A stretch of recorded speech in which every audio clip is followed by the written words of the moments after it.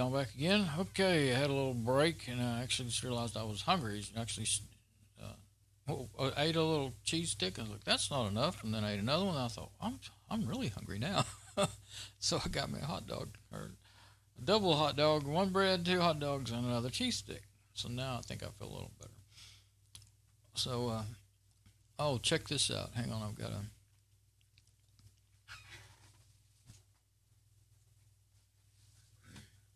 Once upon a time, there were tools that were made in the United States of America. That is a Diamond Tool and Horseshoe Company, Duluth, Minnesota. Oh, it's got a horseshoe on there. I just now noticed that. I've had that thing since the about 85, somewhere around in there, probably 1985. I'll have to pick it up. I'll show it on the regular. I'll show it on the regular camera. And then I was trying to see because my vice grips used to be made in America.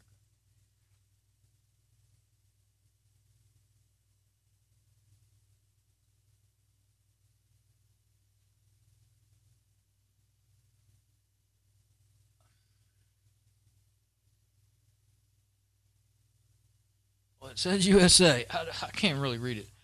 Yeah, so there's some vice grips that were made in America. They're my baby vice grips, and I have had them. I don't know if I got them in the 80s or the early 90s, or actually, I might have got them. Nah, I could have got them in like 2000. I bought a bunch of tools in 2000, a bunch of new tools. I had all my tools that I had up until. Get back on the camera, and I'll show you this. That one that's my Horseshoe Company. it's a baby Crescent Ranch. And it's not a Crescent brand though, but it's good and tough, and I've turned it harder than it should have been, and it still hasn't broke. And anyway, I bought I had collected tools here and there ever since I was. A lot of them were my dad's, and my dad died when I was 4, so they really meant a lot to me. And then somewhere between 83 and 85, I had them in my truck, and I was at work at General Dynamics in Fort Worth, and somebody broke into my truck and stole them. And so I didn't have very many tools at all. That little baby Crescent wrench was actually one in a little tiny toolkit that I'd given to my son when he was like 10 or 12 or something, and I had to start using that. And then I had it for a year or two, and I very slowly. I was. That's after my health was already bad, and I couldn't afford to buy tools and stuff. And anyway, I had it a while, and then finally, when I got a few more tools, I tried to give it back to him, and he told me to keep it. So, but in 2000, I was years later, much years later. This is way back in the 80s, I'm talking about 80s or early 90s. The tools, during that time, but the old tools, and then I bought basically a whole set of tools in 2000. I got to feeling better, I got a good job, and I was traveling installing telco equipment, telecommunications, excuse me.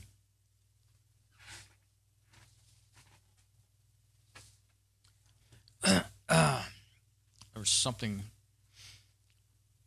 fell out of my tooth, I guess, from what I ate, trying to get rid of it. I have bought some brand new tools, some things that I'd never even had before, and so now I have a pretty well-rounded tool set. You never can have enough tools. So you can't ever have enough tools. You can't ever have enough software, because software is tools, right? So anyway, I had the good job installing equipment and wiring in telephone company central offices in 2000. Only about 8 months. I had never done that particular job before, but I'd done related stuff, and I enjoyed that. But then my health got bad again. So, but that's also how come my health struggles over the years is how come I ended up sitting down and learning stuff on the computer and reading a lot. So one way or the other, you can make something out of your life, I guess, or something out of your days. Okay, so you can learn new things when you don't think you can, because when I was in high school, 1975, I was graduating high school. I had a job seminar. I've told this a few times, but I mean, I've told it to people a lot, but over the years, but I mean on a video. And they had a job seminar in different companies, not very many, you know, we're a small school, little school, Azle, Texas. We had like 1,500 in our whole high school back then, which of course there's smaller schools than that, but we were close to Fort Worth and Dallas, so that was tiny compared to them, you know. It's somewhere around 1,500, I think. So anyway, we had like 6 or 8 companies there, maybe even 10, I don't know. And it was a trade school. I remember there was a trade school, and there was one guy kind of off by himself. Nobody was talking to him. He had a computer set up on a little table, and a chair or two. Nobody wanted to talk to him because computers it was a PC, a home, you know, PC computer. And I knew what it was. A lot of people didn't even know what it was, you know, in 1975. And I'd seen pictures and, you know, stuff like that. And I knew they were I thought they were cool, but I had never touched one or anything. They're expensive, you know. You didn't know anybody that had one. And anyway, really just went over. I thought it was kind of cool, and also just, I'll go talk to him because nobody's talking to him. Be nice, you know. And I have a girlfriend with me, the girl that I later married. And so we went over there, and he started, and he was from a computer tech school, and he was really, you know, he was a nice guy, and he seemed very real. He wasn't like a salesman, you know, wasn't full of crap, you know. I couldn't stand those kind of people, you know. I wouldn't even hardly talk to them, never could. And anyway, he seemed, you know, he seemed honest. Of course, the best salesmen do, of course. But anyway, he was a young man. He wasn't 5 years older than me. I was 18. And I could tell he was now I really know he was a techie. He was a computer guy. He was a programmer. You know, I know that's what kind of guy he was. And anyway, he now I know that for sure. So anyway, he was telling me how great it was, and it was going to, you know, wave of the future. No, he didn't use those cliche words, but you know, it's the wave of the future, going to change the world. You know, and I think he did say it's going to change the world, something to that effect. So anyway, I looked at it and I thought, well. And see, I knew one thing. I knew how to type because in 7th grade I took typing on the old mechanical Underwood typewriter. And I was not very good, but I wanted to learn how to type, and I wanted to know where to put my fingers on the keys. Because my mom, she was a secretary, and she had a typewriter or two. Well, she had an electric one at one point. Now, in the 7th grade she did, but by the time I got in high school, she had an electric typewriter. We had an Underwood typewriter at home for a while, and I pecked on it and typed pages. To me, it was a wondrous technology. I mean, it really is a wondrous piece of mechanical technology. And of course, having never even seen an electric typewriter when I was around 7th, you know, or never seen one in real life anyway, in 7th grade, it was pretty cool. And I'd type papers on it and stuff. I was always had terrible handwriting, you know, I couldn't read my own writing. And actually, if you would type a paper, the teachers would give you an extra mark for doing that, you know. So I needed all the marks I could get. So I'd do that sometimes. And, of course, I got accused of having my mom do it. I worked myself to death. You know, it took me 5 times longer to type it than it did and get it right than it did. When you make a mistake, there's no delete button on a mechanical typewriter. There is an eraser or a whiteout. And if you try to erase that typewriter ink or any kind of ink, really, you're probably going to rub a hole in the paper. I still got one of those original. This was my grandmother's ink eraser. Where are you? I never can find the right spot. There we go. This was my grandma. She was a school teacher, and we had one. We had one or two over the years, but this one I ended up keeping all these years, and I still use it. But those things will, especially if you make 2 mistakes in the same spot, you're going to have a hole in your paper, and you got to start that whole paper over, because you're not going to get good marks for having holes in your paper. And whiteout, I used that, but that stuff would just, next time you hit it with the typewriter, it would break it and it would flake off and get all in your typewriter. Then you spend the rest of the day cleaning your typewriter out so it would work again. So anyway, I can tell all kinds of stories, but when I'm not intending to go tell stories. But what was I saying? Okay, so I knew how to type. So I sit down there and I said, well, what do you do? How do you do it? You know, he wanted me to sit down and try it. Just try it. And so it was a DOS screen, black screen with a command prompt. Of course, I didn't know what it was called. I just saw that letter and that number sign. Isn't that what's on the command prompt? So I said, well, I said, well, I do know, how to type a little bit, but I don't know anything about this, And this was not a Windows computer; it was a DOS computer. This is 1975, and he told me some commands to type, and so I typed them and hit enter. He told me to hit enter and all that stuff, and something ran. And he said, see, you can do that. And I'd say, there was one. Was it after? Oh, then, yeah, okay. So he said, see, you can do that. But he tried to talk me into going to their school and everything. They even would, help pay for it and everything else.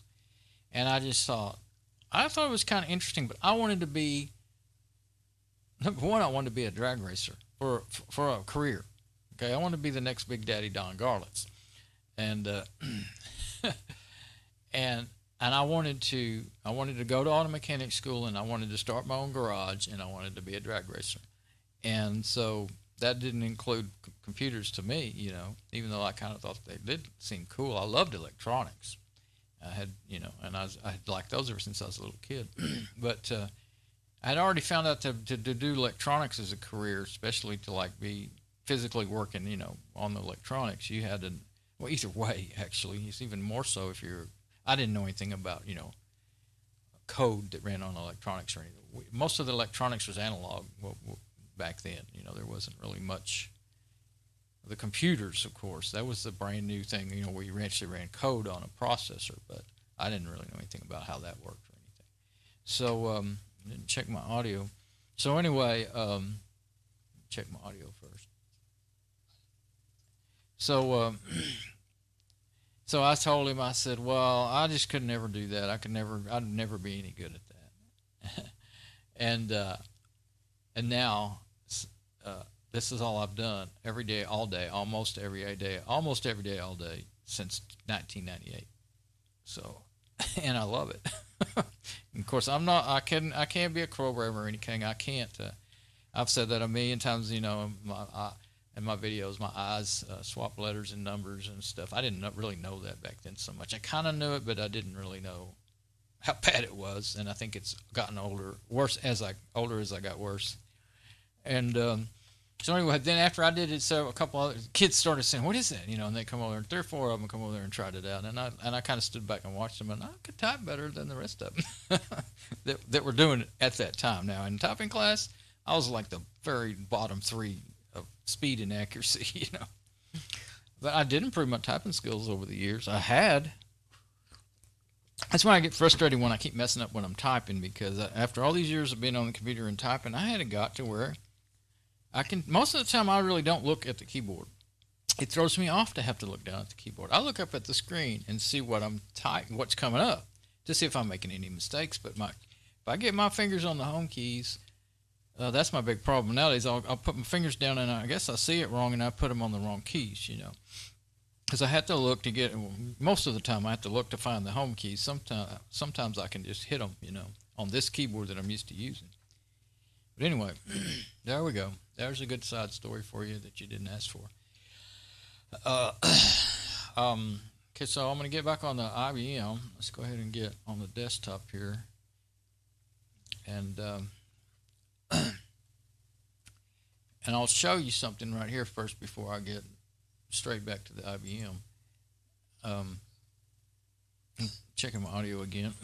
Okay, so this site, the other day I looked up because I wanted to find a site. This is a website monitoring site. This one's called Montastic. Looks like Montastic to me because see my eyes swap letters and numbers. Montastic. And so there's my 3 websites I have it monitor. And this one says that it's been up for 6 months, but it's been up and down plenty of times between them. But what it has is a real-time monitor. It's right there. It's hard to find. Little link, TV mode. You click on that once you're logged in and everything. And it starts up with OK, and then it starts counting down. Every 30 seconds, it checks your site. And you can leave that up as long as you want. It does end up using up system resources after a a while. And you can actually reload it right there if you don't want to wait 30 seconds. But I don't know if it actually pings it again when you do that. But every 30 seconds, it'll ping your site and see if it's still up. So this is my backup server. I already switched over to my backup server earlier today before I even started. I've already made one video today. I did a sidetrack video about my Android phones and trying to uninstall Google Chrome and all that. I uninstalled it off of one the other day, and then today I couldn't find how to get it off of either of the other two. But then I did figure out that it is actually, the one of the phones is only 105 megabytes, and the one I took it off of, it was a gigabyte, and that's why I took it off. So I might be able to put it back and just make sure I don't run sync or anything, and it might be all right. That's what I'm thinking. But now here's Uptime Robot. It's the more detailed one, and it's the one I use, but it's not as fast. You can set it how often to a certain point, it checks, but I don't want it to check too often because I don't want too much extra traffic on my system.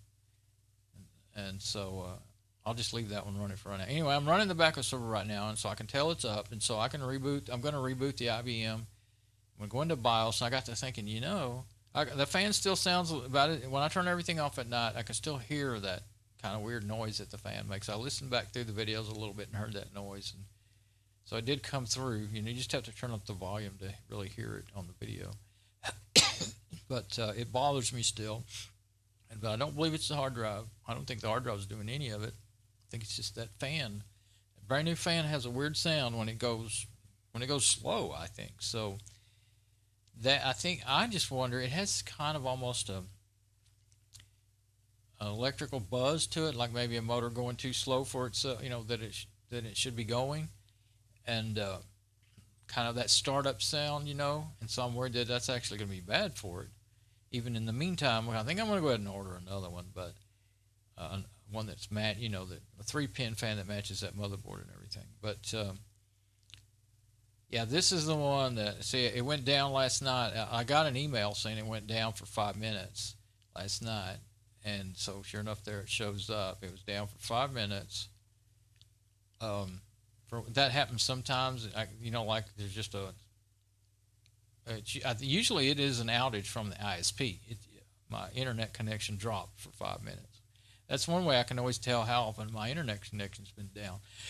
If that goes, down and up without me interacting with it, then that was the internet connection. Not unless there was like a lot of traffic on the server and it, like a denial of service.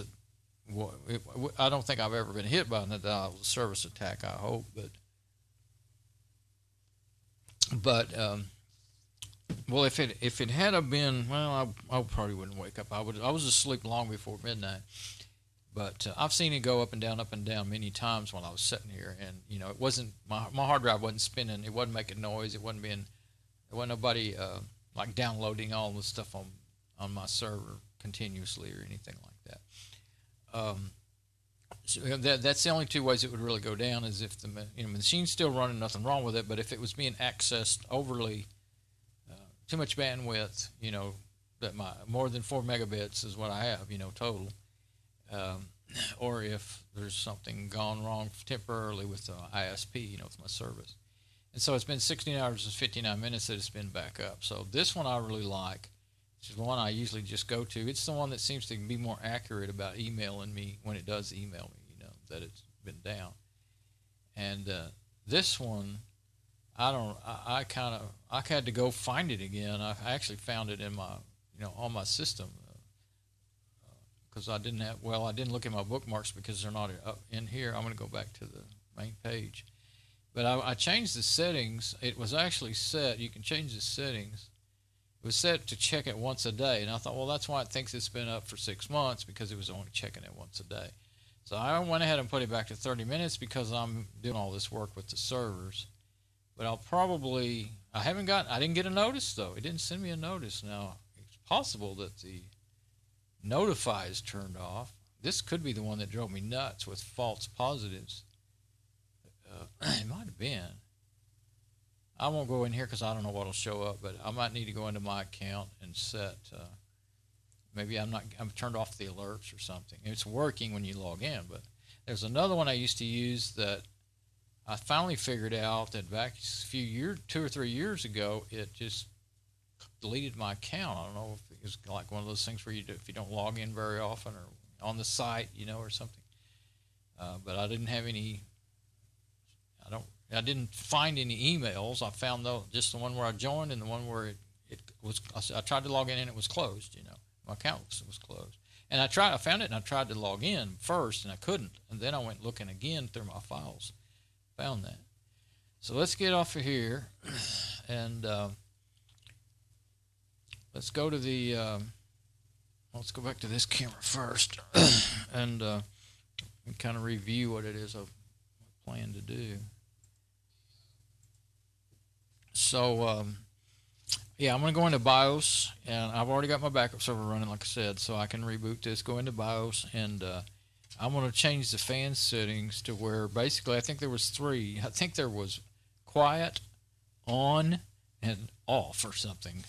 So, or maybe it was something else. There's 3 speeds, I think, so I'm going to check that, and I'm going to just set it to on and see if it gets really loud or what. If it's not loud, because what I'm worried about is since I had to plug it into the rear fan header instead of the CPU fan header, that it actually might not be working correctly. Maybe it's running slower than it should because it doesn't. It's running off of the rear fan is obviously I think going to be a different setup for the sensors, and the temperature, like that temperature gauge, could be right there instead of over there by the CPU cooler, for instance, the heatsink. That heatsink was really flat hot yesterday when I was running that thing and working on it. So I got to thinking, man, that could be bad on the processor, and I don't want that. It runs all the time, And I got to thinking, yesterday I was trying to plug stuff into the front USB, and it wouldn't work. It wouldn't do anything. I got to thinking, and one time when I had it on the bench over here, and I had the USB plugged into the one right next to the one that I have tape over saying it's bad. They're in the same connector, they're joined together. If you take them apart, you see that they're like a unit, And I thought, well, now maybe those things are broken side and shorting out, because that thing, I turned it on and it went boom and it shut off, like a protection shutdown. So then I plugged it into a different one and it didn't do that. And I think I plugged it in there again, and it didn't do that. But so if it was loose and they were broken, sometimes I've seen them. These USB connectors will break up inside, and they'll get to where they can short out on themselves, or they won't be shorted until you plug in something, and then that causes the loose parts to touch the ground. You'd have to be able to see inside of there to tell exactly what's going on. But you can kind of imagine. So anyway, it's plugged into one of the other ports that works good, and I thought that could have been causing a ground loop, kind of, between the front ports and the ones that are messed up, and causing it not to work. So maybe, not a ground loop, I guess, really a short. But it couldn't be a dead short, or else it would be doing some welding, right? You'd have already ruined the motherboard, but. I don't know. There's certain, I guess, in electronics, especially with all the protections in there. I was going to say resistors, but I don't remember. That's not the right component that protects. But I can't think of the names of the ones that protect your circuits. But they have protection components in there, and perhaps that's why they don't burn up. And of course, if it gets real bad, then they will shut down the motherboard, I guess. I don't know if it sends a signal to the power supply, or the power supply does it on it by sensing somehow. But most of them will shut down before they blow up. If it's not in most cases. So anyway, I'm going to try seeing if it'll recognize something in the front, because just a week or so ago I was putting stuff in there and it was working. So I got to thinking, well, maybe that's where I actually had it plugged in. It was up the upper ports, and I just didn't. For some reason, I didn't go ahead. I got a piece of tape. There's a left one and a right one, and the left one has red tape cut perfectly to fit over it, and it's marked bad, and then the right one is cut thin so it'll fit over just that. So I know I did that on purpose. So maybe the right one has gone bad as well. Right, looking from this, actually, if you were in the back, it'd be the opposite. But from the front of the machine, it'd be left and right. So I need to put a piece of red tape over it and make sure that's covered up so I don't forget and use it again. But so anyway, it takes so long to describe. I don't mean to spend forever describing things. I mean to just do it and tell about it as I go. You can tell just a little. If you're doing it, you can just tell a little bit about it instead of just going on and on. Okay, so camera 2. And okay, now we're on camera 2, and I'm going to make sure. There we go. Okay, make sure my sound works, because now I've got to get off this machine. And I still debate whether it really matters if you, at least on this machine, if I stay on the preview or if I get off of it. Actually, staying on it. Oh yeah, if you're doing the feedback loop, then that can matter. Like when you're pointing at the, like right now I'm pointing. You're seeing the feedback loop because I'm pointing the camera at the machine that's doing the display, the image. It causes a feedback loop, just like audio feedback. So when I go to a different view, then it doesn't have a feedback loop. Okay, so that's why I'm okay that way. But I have noticed that if I get off of OBS Studio and get on a different desktop on the AS Rock, it doesn't tend to lock up the the OBS Studio program while I'm gone. I don't know. I think there's something where that it just doesn't work right on that AMD processor is what I'm thinking. I still haven't went and looked that up because I think I might have read that somewhere. So anyway, yeah, so I'm going to go in the BIOS and change the fan and see if it starts going really, really fast, and I can't live with that. Log out. This is XFCE, so it's a little different than mate. Okay. We'll reboot it. Excuse me. F1 for BIOS.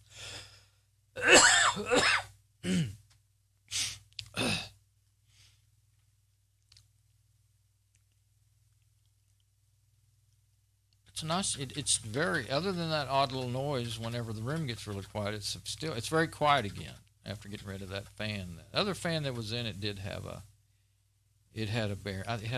roller bearings, and they were going out. Okay, setup changes system behavior. Yeah. Up and down.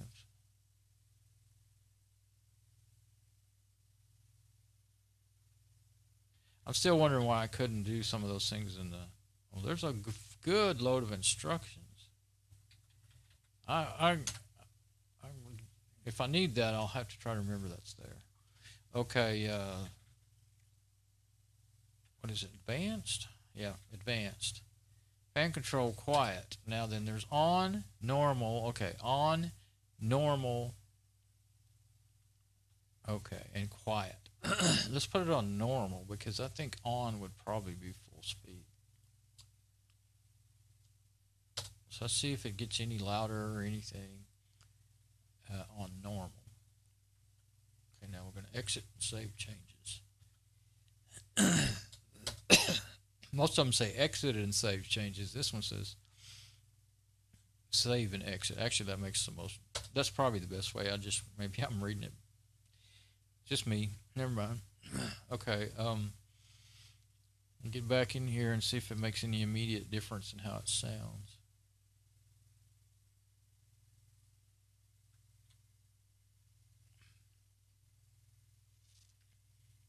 Actually, I don't even really need to log in.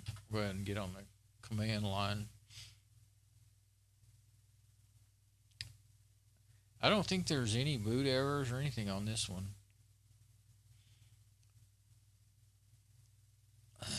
Which, well, I don't remember. It's been long, it's been since the year that Fedora 23 came out since I installed it. So I do remember a lot of hard work getting the graphic user interface. Installing was easy. Getting it up and working was hard. I had to find some specific constructions. I had to run some commands, and I think I had to edit some config files manually, and then I finally got it up and working. It's hard because you got no graphic user interface to work on. You have to do it in the command line. So then you need to use a terminal text editor to edit config files and stuff like that. And I hadn't really been using them in years, you know.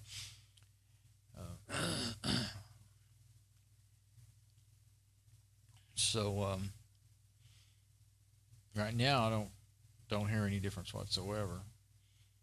I'm a bit curious about on what it would sound like, but really have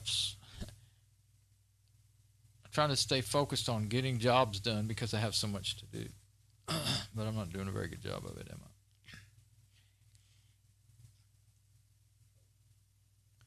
It takes a little while to boot up because it's a slow machine, I think. It's at the part where it says starting. There it goes. It's starting I call it Plymouth. It looks, I guess it's Plymouth, but anyway, it's Plymouth boot screen. Okay. Well, I'm just going to go ahead and log in because might as well. Because I'll probably leave it like that and just go on about my business. I can do, well, or maybe I will actually start working on that fan again for the video card. Just now realize the only way to do this is to get it going and test it and see what it sounds like. I mean, I could reboot it again and see what on sounds like. Why don't I do that before I log in? Let's just, I'll stick my microphone over there. I'll have to switch again. Stick my microphone over there. Well, if it's not logged into the graphic user interface, it's really not going to have a chance to even need to work hard or anything. Yeah, let's do that.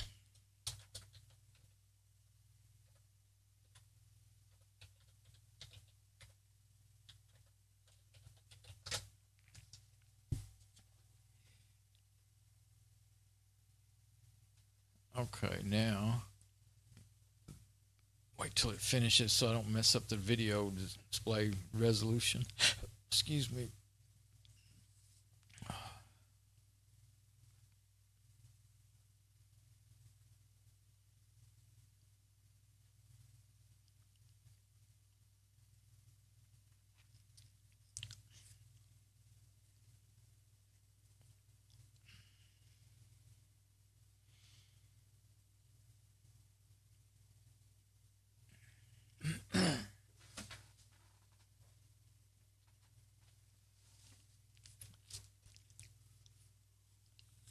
Okay, it's just about back up.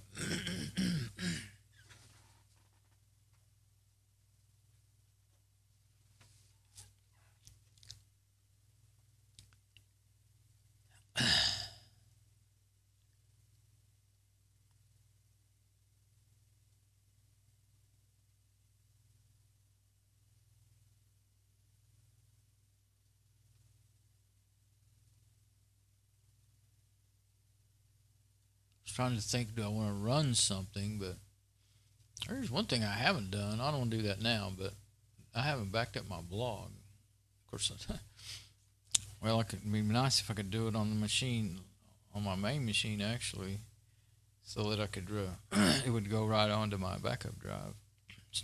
So I won't have to plug the backup drive back in here to get it again. You know, I might try to do that. I wouldn't want to do it while I'm working it. I work the machine too hard for me to be doing my videos and stuff, but I could do it at night. That machine really doesn't make noise or heat much. Could do it at night and just let it run. Okay, it's just perfectly quiet right now. Let me switch to the other machine so I can get on the mic and oops, wrong one. I saw that OBS Studio remote app for the phone, but I saw it in my APK backups, Android package, I guess is what that stands for. I'm not sure. Anyway, they're .apk files. Let's see. Yeah, I'll go to this one.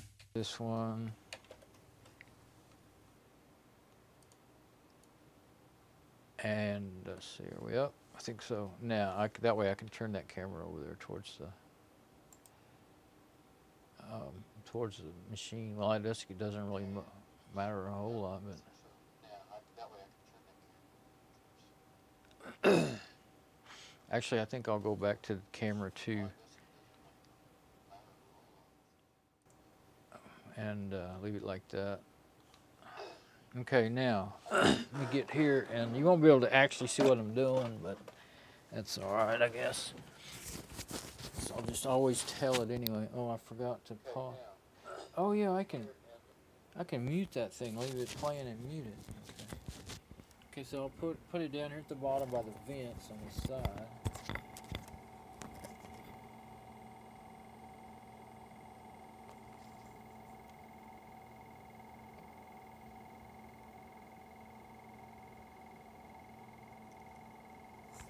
Seems to me that when I put my ear towards the front of the machine, that you can hear the fan go, spinning. Let me go to the vents here.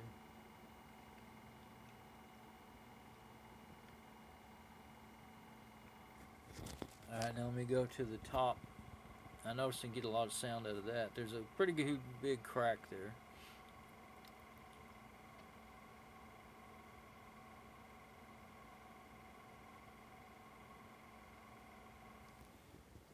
But that little ticking noise, it seems louder to me now that I'm like a foot away from it, just standing here. I can hear that ticking, like a lifter ticking. I can't really get, my cable's not. There we go, that's the back fan.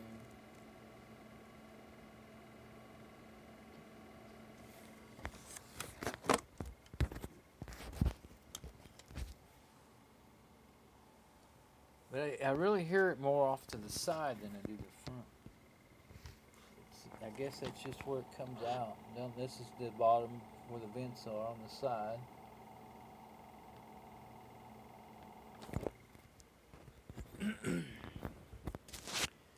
Lights sure are blinking on that TP-Link router. They're blinking like, 2 of them are blinking in sequence. It makes me think there's something wrong, but maybe not. Maybe I forgot what it does. I just happened to see that when I was standing up here, where I can see it. Luckily, I can't see that because of my monitor. I kind of like the D-Link just peek it over the monitor so that if I kind of raise my head and look, I can see that it's on. Because it just has that white light. It doesn't blink. I actually like that. First I thought, oh no, it's going to brighten up the room too much at night, but it's, anything that don't blink is better. So, and really white's better than having colored lights because they throw a weird hue into the room, It's actually kind of a perfect night light. It's not too bright, but not too dim. Okay, so there's that with it. I mean, there we are with that. And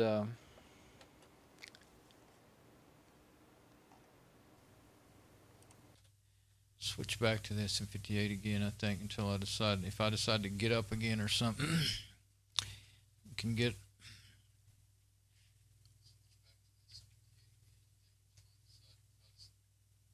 Now, I can't hardly resist comparing, even though it may be a waste of time. I'm going to reboot it again. I'm going to put it on whatever the other one is. I've already forgot again what it said. I don't know if it was really any louder because I haven't stood up and listened to it since I got on, got on the computer this morning. I've been in and out of the room, but when I'm in here, I'm sitting down. I haven't been up there by it. So I'm not sure. Yeah, I can just check. If I leave the audio and video playing on my preview, all I have to do is hit the mute and unmute button on that laptop. That's so much easier than having to fish around and remember which mouse to use and all that stuff. It's not easier for me to use the... I've never been good at using the touchpads and the buttons on a computer laptop.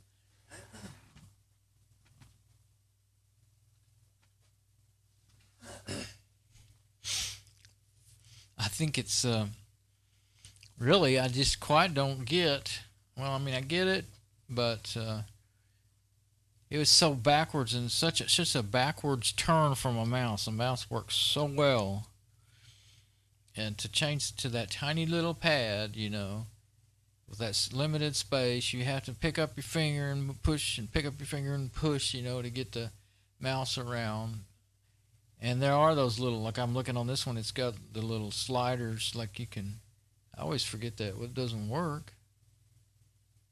Oh. It's got those deals that makes it look like you can page up left and right and up and down. It doesn't work.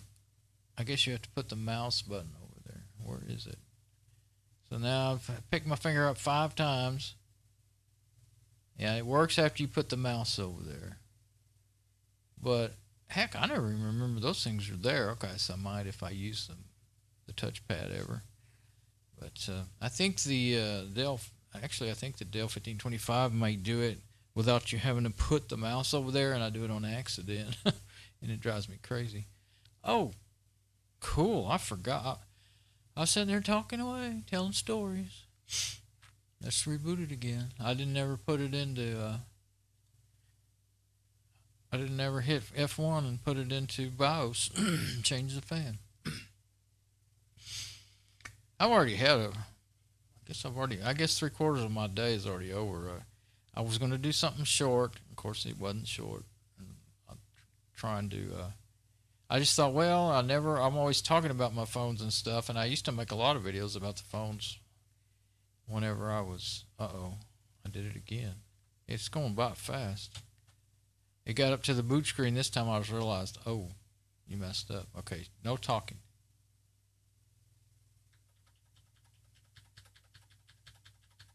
I missed it again. The only reason it stopped because I was hitting F1. Okay, I'll just start doing it right now before it even. This one is between the time when you tell it to there. When you hit Control Alt Delete, you don't. It's hard to catch that spot. Of course, a while ago I didn't even try. I completely forgot. Okay, so advanced fan control on. Now let's see if it sounds loud that way. If it's not loud, I may leave it like that. So the top one is saved. Now, see, most BIOSes, the default is to save settings and exit. But this one has save settings, restore settings, load default, save and exit, exit without saving. So that's one thing why I get thrown in circles on this one.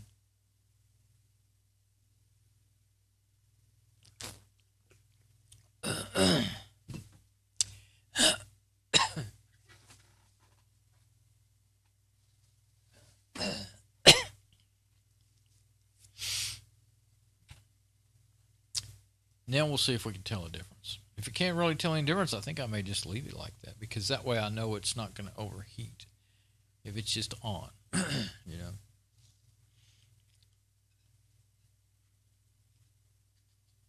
That makes you think that it might actually turn all the way off well, maybe it might have that capability, but maybe, like on quiet or whatever, but it's never going to cool off that much. Not as hot as XCP. I've been playing with it. I turned it on several times, 5 or 6 times that one day without any fan on it, and it got hot. It would burn you in no time. So, and that was with the door wide open. With it laying on its side with the door wide open. So, with it all closed up, and able to collect some heat inside of there, then. Yeah, I don't think it could. Even if it had the capability of turning off, it wouldn't. I don't think it would ever shut off. But I am concerned about. I'd forgotten it, but when I saw it yesterday, I was like, "Oh yeah, I had to plug that into the back fan, back fan header instead of the CPU header." And wherever those sensors are located, however it's done. To ramp the fan up and down, it's they're not going to be both on the CPU. The CPU one's going to be on or near the CPU, and the other one's going to be, maybe right there by where the connector is. I don't know.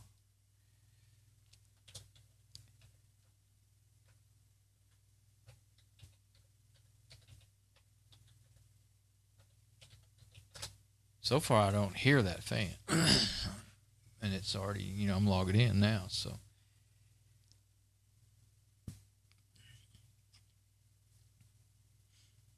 So if it's not loud or making any kind of a more annoying than it was, then I'm just going to leave it on the on position.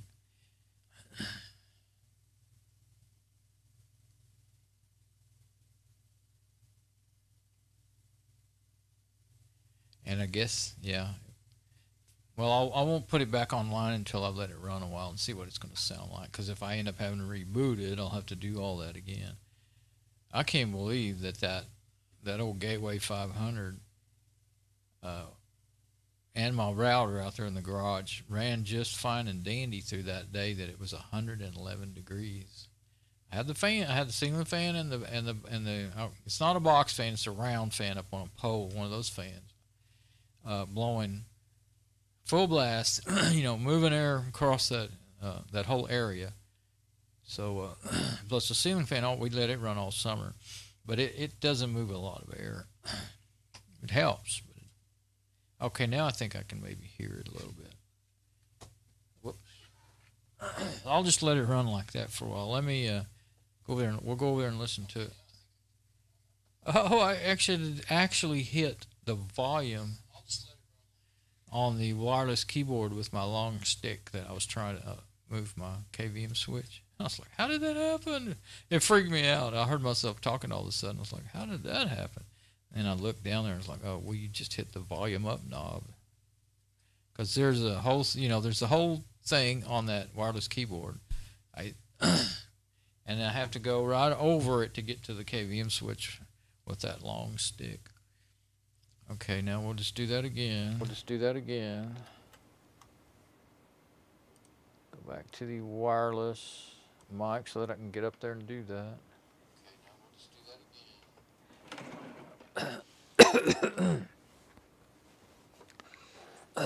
Okay.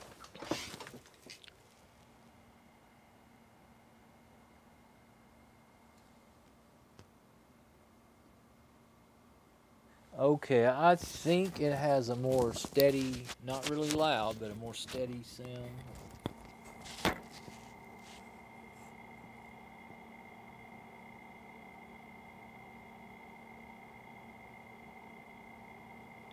I still heard that little weird sound, but it seems like it's faster. The rhythm is not the same. That's the front little bitty vents. Here's the gap right above the cover on the top. And there's the side vent. I don't guess I said where I was at when I did the side, bottom side vent.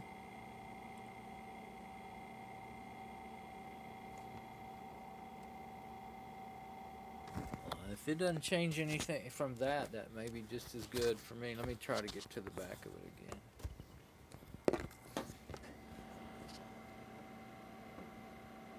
Here's the back of it.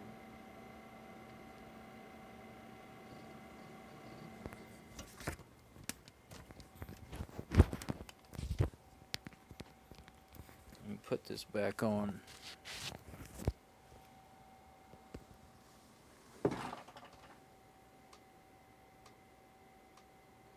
Yeah, it's still making that sound. I didn't think it would quit, but it seems to be faster. There was something about that particular slow ticking that was really bothering me. So I don't leave it like that. The true test will only be when I go to bed tonight and everything else is turned off. And of course then I'm not going to want to get up and fool with it. But I don't think it'll bother me any more than the way it's been. Now, let me think. If I'm going to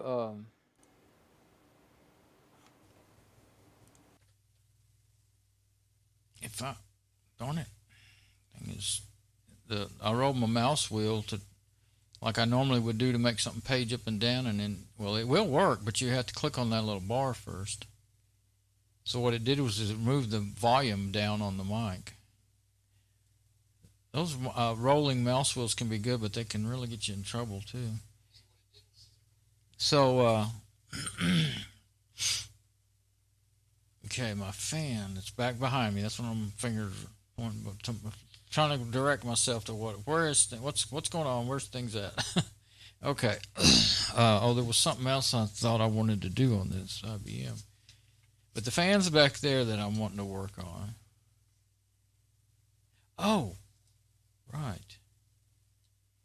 I wanted to see if it would recognize a USB device. Okay, let's do that. And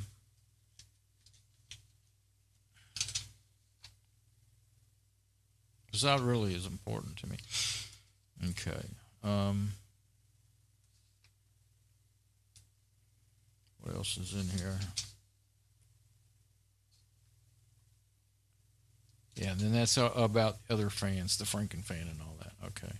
Yeah, so I don't have to switch. I was like, it doesn't seem right switching over to that yet. Well, that's because there was something else I needed to do.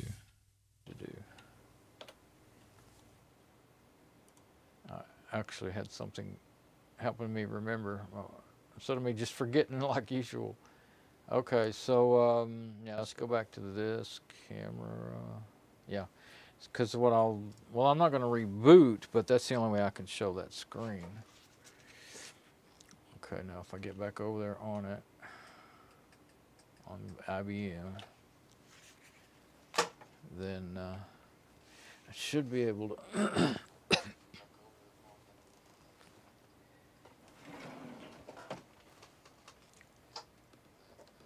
Okay, yeah, I'm just gonna put this USB stick in there.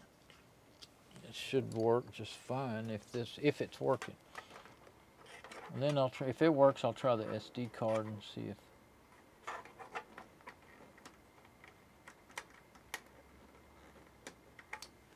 I guess I can move my little bag. My little bag of tricks there is in my way. There.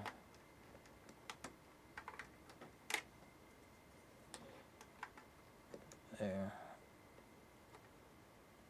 Well, it's lighting up and reading. Oh, it's already mounted. So that was it. That is a bad set of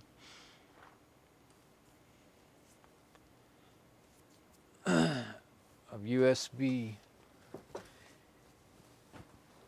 ports. It mounted it instantly, just like it should. And so there it is. That's the Fedora 28 live security. Images. Well, good, because I just couldn't get over how I knew I'd been using that. I didn't think I was that crazy. And as a matter of fact, I think I plugged in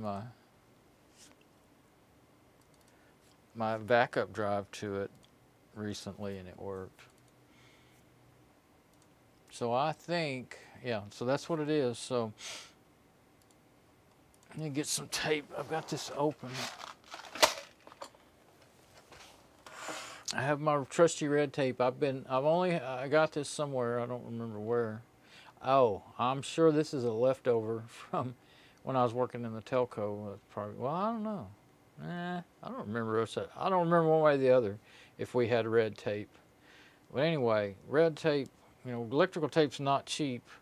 And so red is not one I normally come across real often. So when I get one, I always cherish it and just use it. I don't wrap wires with it. I use it for special things. I really need some new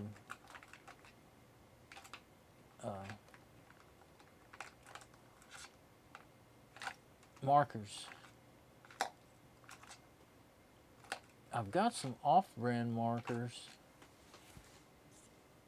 but they're not small enough. I did have just, like blue, black, and red of the, is this a Sharpie? This is a Bic marker. Oh yeah, that's the that's what I call off-brand. Well, but they're kind of pointy, but they're not very pointy. And I think maybe they rub off too easy too. But I'm gonna try it with this. You can't write small. Bad USB.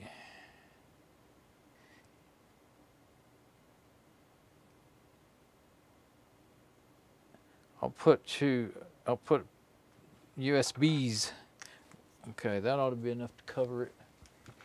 Anyway, I had the really, really fine tip. I had a black and red and a blue.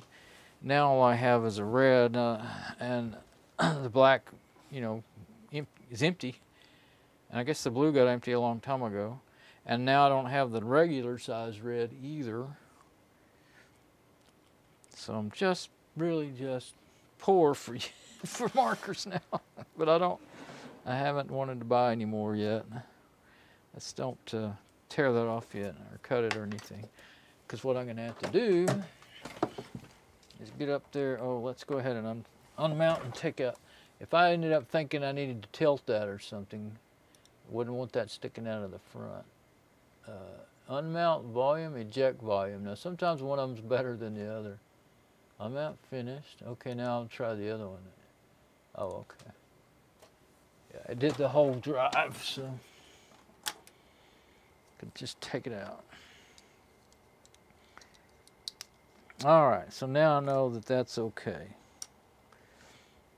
I'm gonna have to move this stuff, I think, to get to where I can just move it over here.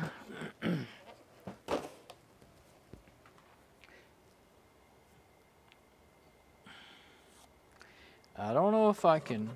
Tilting it up is so hard. And I've got that router tied down on there and everything. It's hard to, you know, it knocks things around, and it is hard, it's heavy. But let's see if I can just reach down there and feel it out. I can move it a little bit at least. Yeah, I feel that tape. Well, I don't really have this in the right place to, there we go. If I tape it to my fingernail, maybe I can, where'd it go? I think I just got lucky and hit it that time. Oh, there it is. Is that it? Yeah. Even if it's not right on, I'm sure it won't be right on. I think I did cover it up, feels like it. It might be pretty close.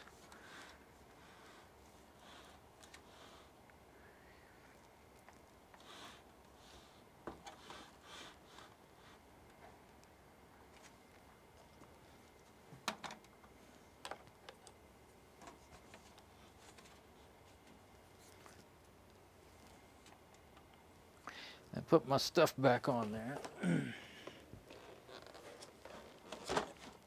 Yeah, that's not so bad.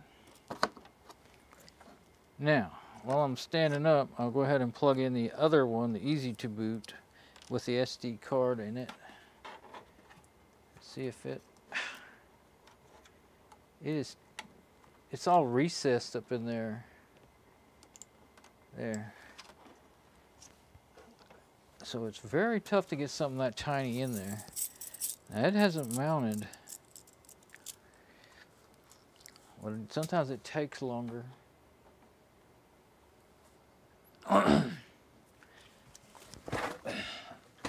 Yeah, with my mic and everything in the way, I don't know if I can reach up there without being standing up. We'll find out here in a minute. Now that's not working. I remember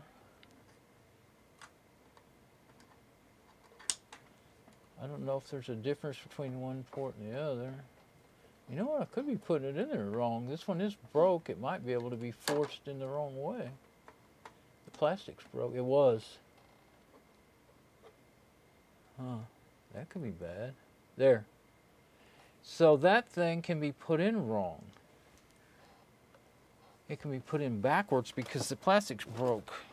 It was not going all the way in. Dang it.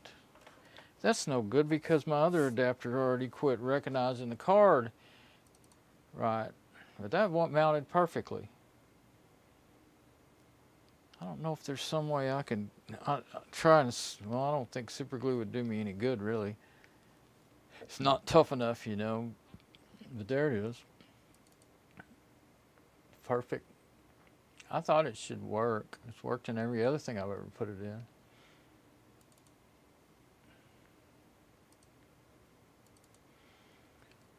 Good.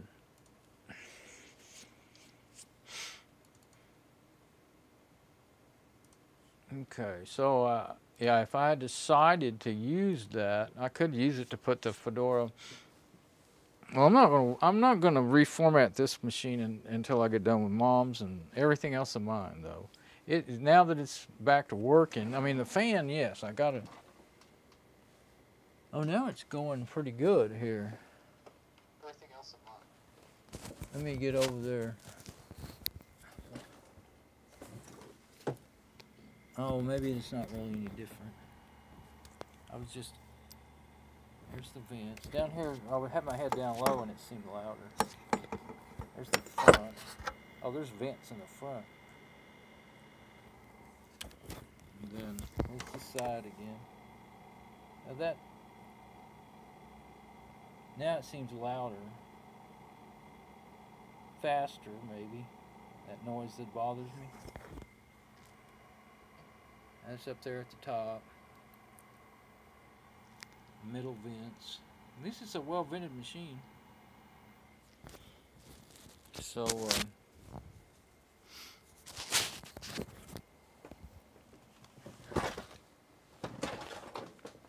I think I'm going to leave it on though. It's not loud.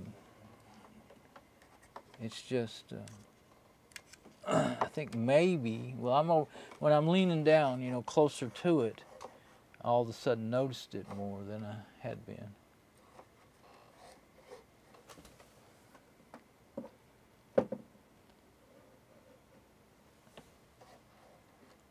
Darn thermometer. That thermometer, the little thing itself is so lightweight. Now it's 80.2 degrees in here. Oh, that might be because I've been holding it or something, messing with it. Or it was laying down for a minute there too. Maybe the sensor got, I don't know how it would get, just laying on the desk though. So anyway, that's all fine. Let me unmount that. But yeah, there's I showed that the other day where it was broken. But that thing is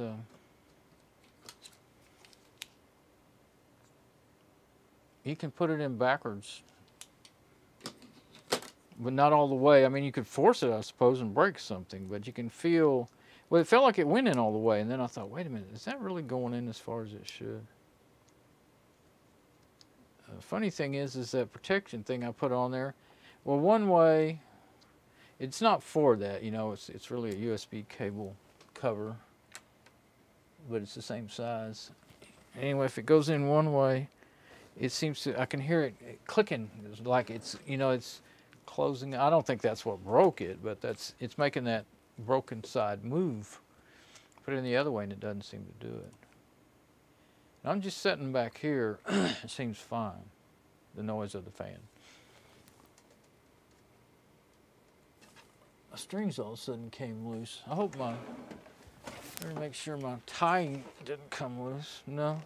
Oh, it's just that I have the, yeah. I have the, well, that's actually, yeah. I had it shoved forward, and so it loosened up the string. Just leave it like that.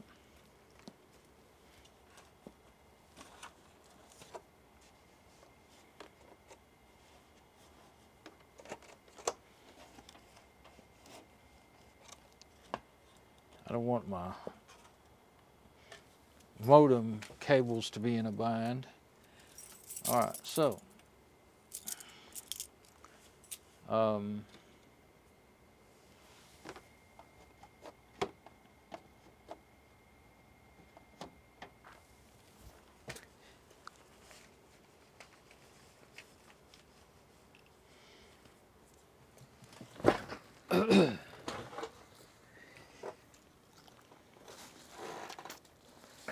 I think I'm going to just leave it like that and see how that does. And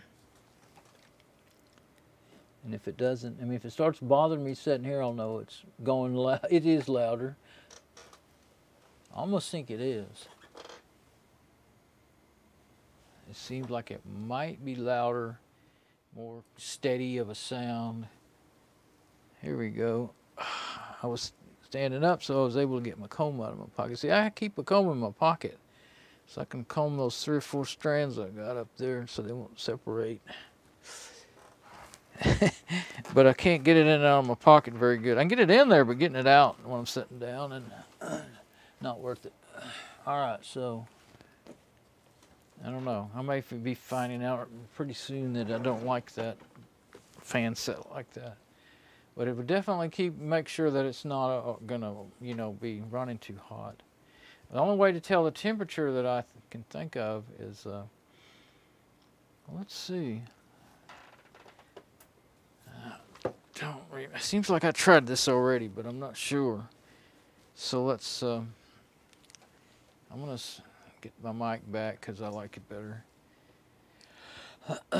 Go back to the cam on the IBM, and let's see.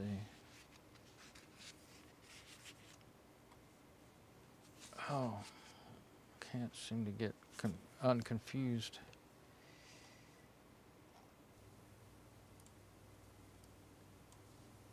Oh. Yeah, okay. Yeah, okay. For a minute there I thought there's an extra audio stream in this one, and I thought, uh-oh, have I been mixed up about where my sound was setting? I thought I was on the SM58 this whole time when you couldn't hear me. But no, it's fine.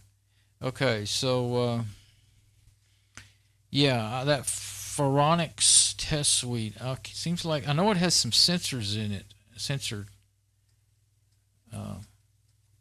It'll read sensors, whatever sensors are available. It seems like I may have already tried it and there wasn't really anything available for the temperature. Let's try it one time.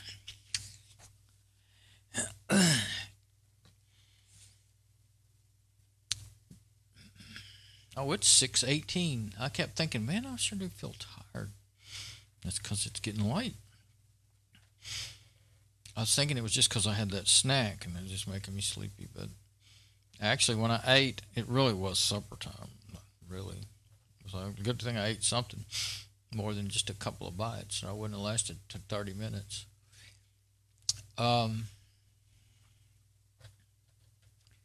Phoronix test suite.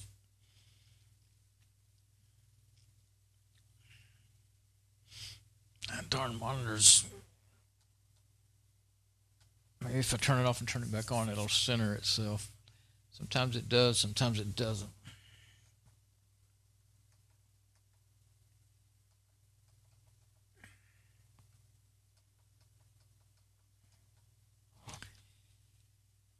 There. even with it centered, you can just barely see the numbers over there. So I don't know why it does that. I guess it really doesn't ever fit just right. Yeah, it doesn't really. Well, the numbers are just on the edge. Period. Okay. So yeah, but it does take away the border. Run a test. Let's see. Run a suite collection of tests. Show complex system tests. Tells you the kernel 4.8.13.100. FC23i686 PAE. It's a PAE kernel. Desktop XFCE. Display X server. Compiler GCC. Security SE Linux protection. That's just what it shows up. And run it 1, 2, 3, 4, 1 through 10. Run a test. Run a suite. Run a complex system of tests. Complex system test. Show system hardware software information. Show available sensors. Okay, that's what I want. Number 5. The mouse up there. Yeah. And list available tests. List recommended tests. Set test run repetition. Search test suites results. Exit. Select a task. Okay, so I want 5. I want to see the. Okay. Hit enter. Supported sensors for this system. Okay, they're up above there actually. There's a whole bunch. What? Okay.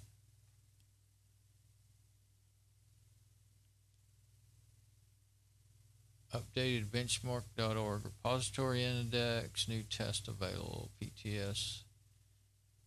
Oh, okay.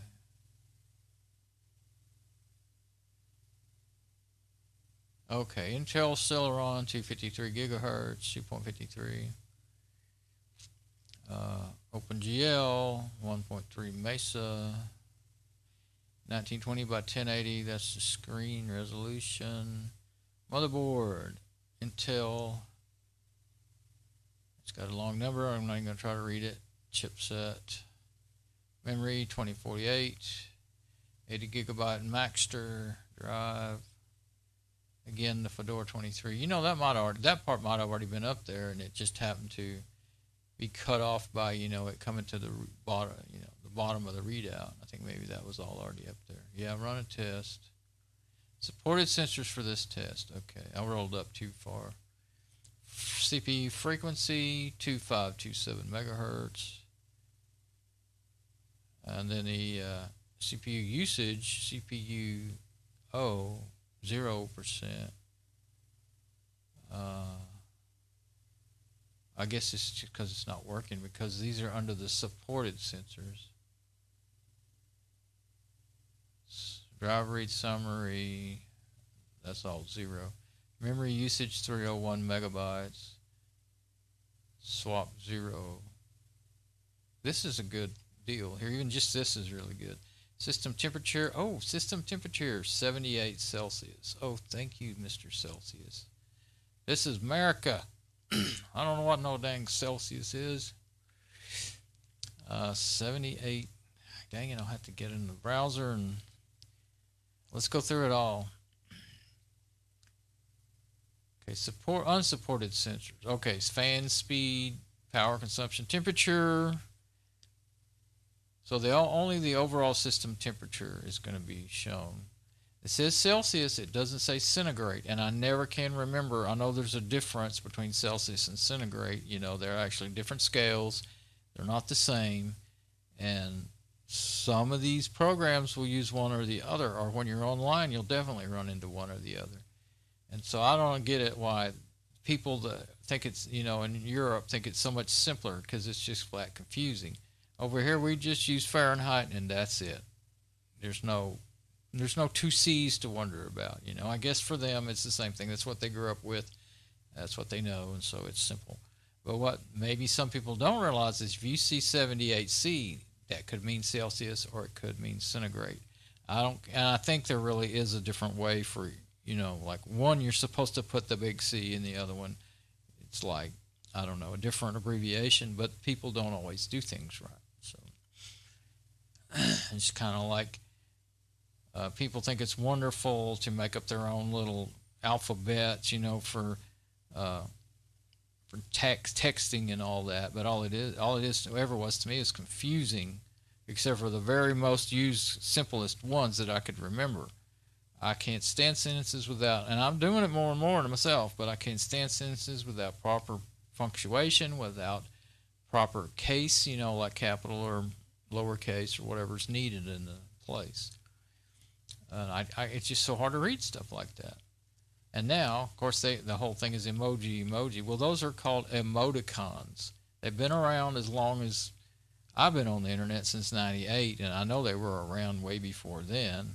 You could see them in old. They used to type them out on, dot, close parentheses was a smile, you know, and it's been around since there was not any graphics, when it was all text. So those are emoticons, are not emojis. There's nothing new about emojis. They're emoticons. So there. Ambient temperature, all that stuff. All the stuff I would like to know. Voltage, fan speed, frequency, memory usage, power consumption, temperature, so and so, GPU voltage, all that stuff is not supported. Now, well, that stuff was not available, I don't think, in BIOS. Or was it? Was there a section on the I saw some stuff that I had missed yesterday. Like on the very front page, if you hit enter on one of those lines, you could see at least some of that. Like maybe the voltage. I don't even know if you could see not all of them, like, you know, vCore and all that stuff. Drive temperature, memory temperature. Well, now this is stuff that I didn't even know was ever available. Drive temperature and memory temperature. That'd be available on servers, I'm sure. Network usage, yeah. System fan speed, power consumption, system voltage. So GPU fan speed. See, like system fan speed then would be the one that I have it plugged into. GPU fan speed's the one that I wish I was using, but I'm not because I can't. It won't fit in there because of that capacitor right next to it. So, but those are not available anyway. The machine's not sending those out in a way that this app can see it. Well, I'm pretty sure none of those are available. The only thing I did think I saw was a couple of voltages and stuff. So, and I did update this. I think I did it off video, but I got the newest version because it kept erroring out saying and not being able to download stuff. And then one of the things it said at the very top, the beginning of the app was, it's old. Don't you want to update it, So let's say, yeah, this is not one you can do save output. So select all, copy. Now let's get into a text editor. I'll just go to a different screen. Do I have one up here that I can open? Nope. Okay, right. That's what I want. On this machine, I wouldn't open LibreOffice because it's working too hard. Now I hear the hard drive working. Control V. All right, now I'm going to save this because this is a good little readout of that. What's it called?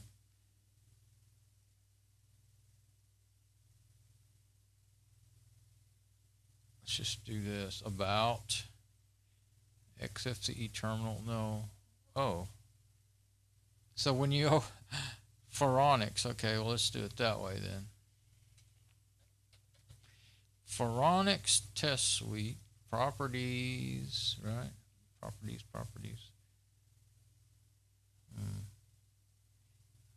Edit, okay. I'm cheating, copy, cancel, make sure you don't mess it up. All right, now then, go back to my text.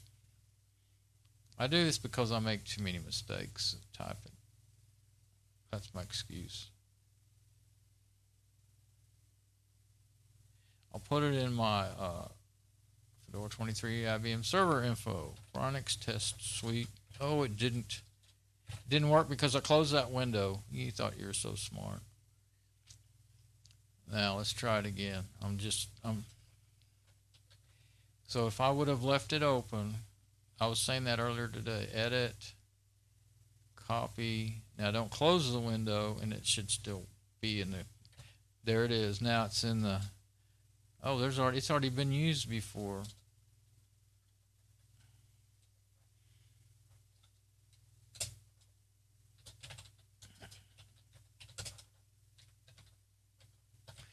Terminal output on 07. I don't know what today is. 24. There we go. I don't know why XSCE doesn't give you the date. I don't know if I don't think there's an option. Just gives you the time. Maybe I just don't have it turned on. No, because I've been in there. No, it was this other one. You know what? I forgot to mention that. I don't know. I can't tell if I fixed it or not. I finally had to go. I went in the Dell 6000 because the time was an hour behind, and it wasn't setting automatically like I would expect it to do. And I set it manually, and so I was hoping maybe the counter on the YouTube Live would work, but I don't know because it says an hour and 19 minutes. Maybe it is working because I don't think I've been going 2 hours and 19 minutes. Maybe I think that sounds right. I'll have to look on my other machine. On my OBS Studio was always right. Okay, so I got that. Now, I wanted to go ahead and hurry up and do that. And then if I add more to it, that's fine. But I just wanted to hurry up and do that. Now, cancel. I don't want to change that. But now, yeah, there's some instances when you have some things open and you can copy and paste from them, but you got to leave them open until you're done. Doesn't really make any sense because why I mean, why would it work that way? I mean, I'm sure if I knew, that might make sense. But oh yeah, the system temperature. I never did look at that. Well, we can look at it later now. 78 degrees Celsius. I don't know. But this thing generally runs around. Well, now I've forgotten. 78 degrees Fahrenheit to 115 or at the most, I think. This one, I don't know if I've ever seen it up that high. I've looked at them in the BIOS, like after it's been running a long time, reboot it and look at it in the BIOS. So this machine, I can't remember honestly now. Okay, so what I was thinking though before I get out of the Phoronix is run complex system test. Run a suite. I'm going to try to run a suite. What is the complex system test? 3. I want to try that one this time. The following dependencies are needed. Okay, it just starts doing it. Now let's see if it'll work. GCC, GCC plus, make, autoconfig, autoconf, automake, glib, static, patch, P-A-T-C-H. Enter this. Oh, this is where I get hung up. Enter the sudo password for Don. Well, I'm not a sudoer. I'd have to make myself a sudoer. I really don't want to do that on the server. I like that Don can't do, because if somebody got in here and got control of the Don user, they still couldn't do root stuff. But if he was a sudoer, then all they'd have to do is type sudo and type in Don's password. Now, the other way, they're going to have to break through my user into the root, get the root password, and all that, and the way it is now. So to me, that seems more secure than if they break into the present user account and get that present user's password. They still can't do anything that requires root privileges. So anyway, that's the way I see it. I was looking at my preview and it seems like, well, I guess, oh, it really is, but why? I see my, no. Well, that may be paused. Well, I guess I won't come up for a long time, what I just did there. It looks like I can see my mic, the pole from a mic stand, and it looks like it is like almost touching the monitor, but that's not where it is. It's dang near, it's a foot away. So I was like, huh? Okay, yeah, I distract easily. Well, you just don't, you don't realize when somebody's making a live video, putting on a show, just how much stuff is going through their mind, everything that's going on around you besides what you're trying to talk about and show. So there. All right, so how many times can I say so? See, I'm thinking about that too. So it's not going to do me. So it's not going to do me any good. So. Maybe if I say it enough, I'll quit.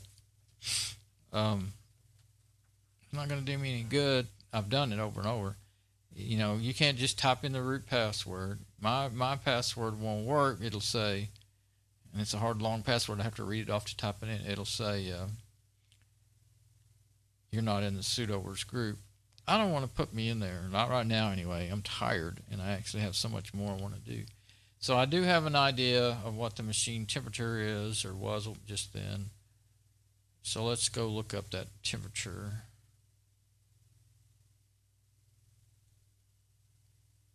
Copy that. I'll go ahead and do it in the terminal here. I'll open up Firefox and do a search. It can do it. I think I can leave those 3 things open at the same time for a short time. I think it can handle it. So if I don't do it right here, right now, I probably won't ever do it. I really, really wanted to get to that fan, but that's going to be tedious, hard work. That tiny stuff that I can't get a hold of, can't keep a hold of. I used to be good at that, even with small stuff, but not anymore. I can't comb my hair without dropping the comb 4 times now, or take a pill.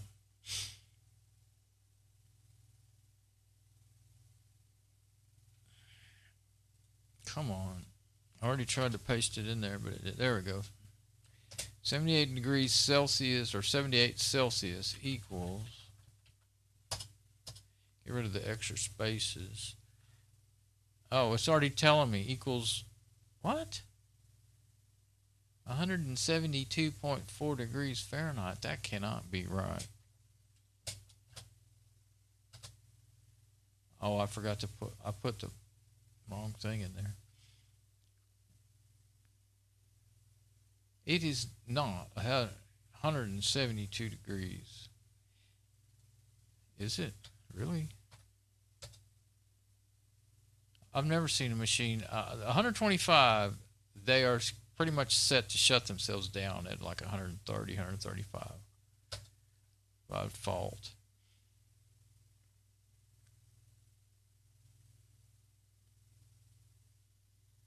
Huh. Now this just got me more confused than ever. I thought that seemed awful high because I figured they're Celsius. You know, I said Celsius and centigrade and all that. I figured Celsius. I can't remember for sure, but I think Celsius is the one that is the common one everybody uses. You know, in other countries and overseas and all that. System temperature. But that's not, you know, GPU temperature. That's not that. It's not supported. It's not. That's listed twice. It's not supported. GPU temperature. Oh, CPU and GPU. Yeah, it's neither one of those. Not memory temperature is not supported. So I don't see how it could really be. You know, 78, 170. I can see the CPU cooler. Well, and I mean the heat sink, but being, or even the CPU right down on top of it being that hot. Maybe, I don't really know. 78 Celsius. That is what it says. I copied and pasted it in there so I didn't misspell it or anything. 78 Celsius is 78.00. Let's make sure there's not like a missing. And down here it sees it right. You know, this little, it's actually a little deal where you can just type, you know, a little drop down deal where you can put in whatever temperature you want. But it has it just plain 78. It doesn't have 78.00.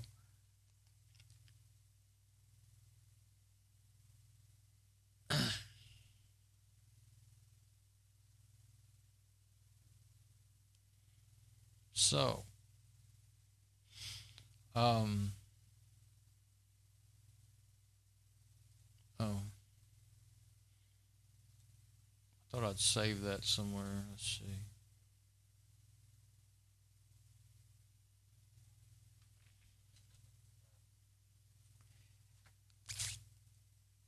Put it in the IBM thing.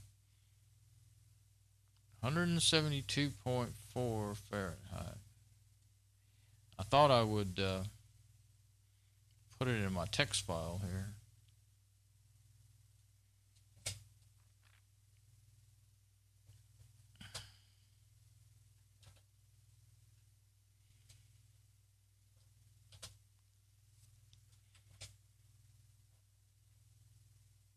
I just don't know where that's sensing. I mean, I'm sure there's, well, like I said, I can imagine as hot as that heatsink felt. I can imagine it being that hot.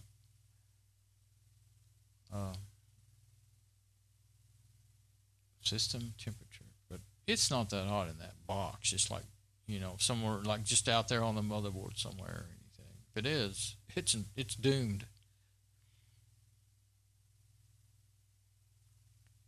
Because I've actually seen a few of my systems. Well, I've seen some laptops get hot and shut down, but I've seen a desktop once or twice, like when a fan went bad or something in it, and it gets so hot that it was either shut down or getting warning that it was going to shut down. And and that's when I learned all about those settings. There's settings in BIOS to automatically shut down at a certain temperature. So I started setting them that way to what I kind of figured out was, the safer. Set it down before it could do it any harm, But generally, let's see, 130, 135 Fahrenheit is pretty much where you don't really want to go over that and let them keep running. So now that's just throwing me off into another conundrum about this thing. Well, at least now I know I have the fan doing all it possibly can. It's on, it's not going to slow down or shut down. And it's been running for days with this new fan on it, and it hasn't hurt it. It's still working great. So I don't think I have anything to be worried about. Let's see. I was wondering if I needed to reboot it. Only thing it has is that the SE Linux. It always gives an SE Linux warning every time you have to log in. If you tell me log in as root, it does that. I don't know, it just started doing that. Fedora 23 didn't always do that. It started doing that around the time it went to EOL, into live. But, so anyway, yeah, I don't think I have any, that'd be something, evidently it does, there's hardware lister. See what it has. It doesn't have any temperature stuff in it, I don't think.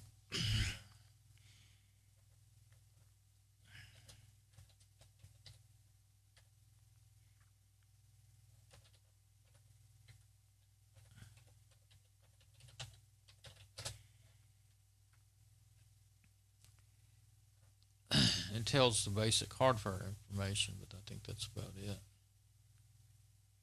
But I'll look to make sure.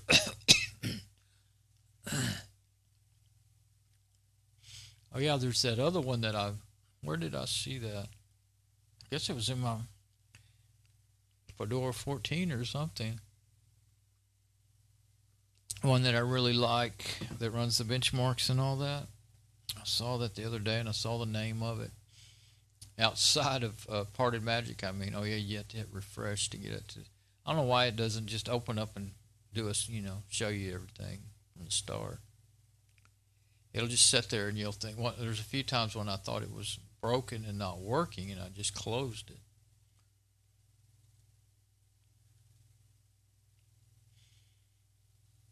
CPU tells all about the CPU. System memory, 2 GB.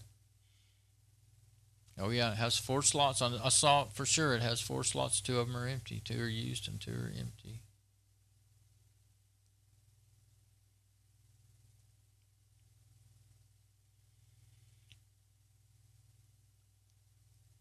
SCSI emulated device. CSI O and 1.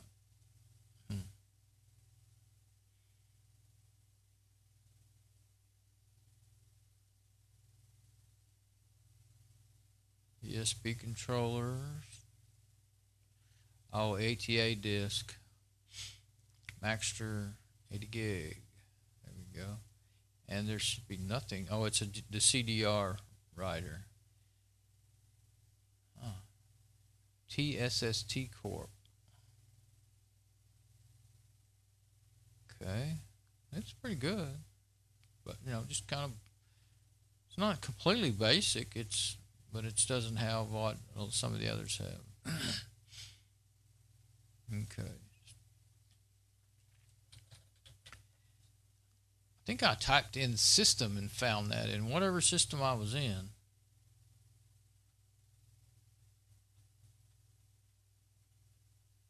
Cannot remember what it's called to save my life. I think I may have wrote it down. Well, I know I was talking about it a lot in that video when I found it. I was happy. I think maybe it's a red black BioStar is what would make sense to me.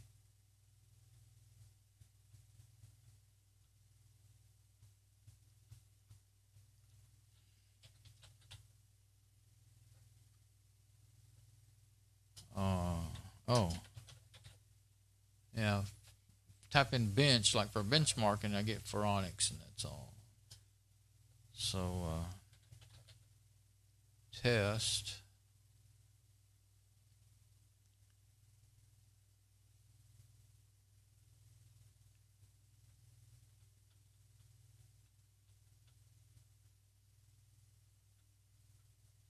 Well, I don't believe it was this system that it was on.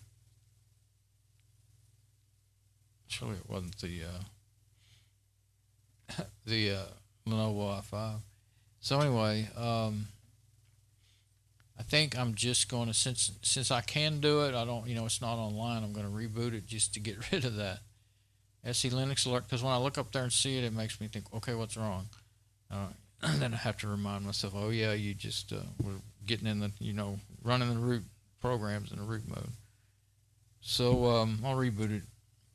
I'll leave it like that for a while, and then, or maybe I'll go ahead and put it back online. I'm getting really tired now. I guess it's a combination of just being tired and, well, it's almost 7. Yeah, being tired and having 8 something. Although I wouldn't think, I didn't eat a whole lot of carbs, so I wouldn't think that I would get sleepy from what I ate. But it is something really different. I ate 3 mozzarella cheese sticks, which I've been doing that here and there lately, and they haven't ever done that. But I ate, well, hot dogs have grease in them, 2 hot dogs and 1 piece of bread. And yeah, they have lots of grease in them. I don't eat hot dogs really very often at all. But they're usually here, but I usually don't eat them. They kind of bother my stomach, give me indigestion. Usually I just stick with my breakfast, lunch, and dinner, And at dinner I usually try to eat lots of protein so that I don't have to wake up in the middle of the night feeling bad and having to have a snack. But we don't have that much anything good, well, stuff that don't hurt my stomach available right now. So the hot dog's actually milder than some of the other stuff we have right now for my stomach.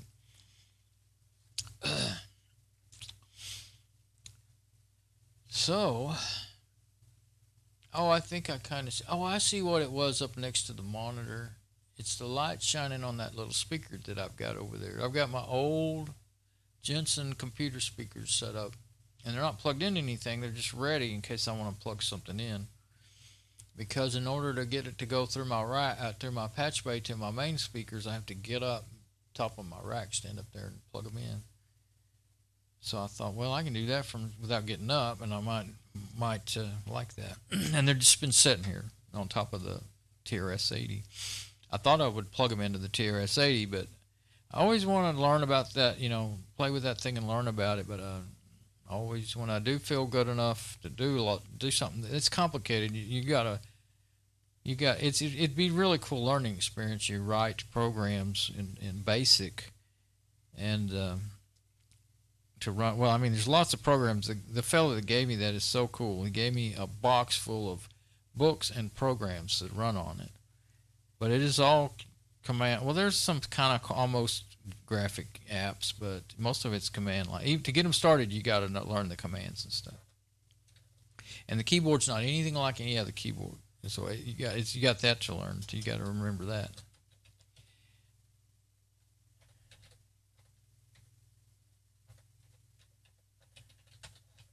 So, what did I just do? Typed the wrong password. I'm used to when I want a password, it's supposed to be root password, but I'm just logging in.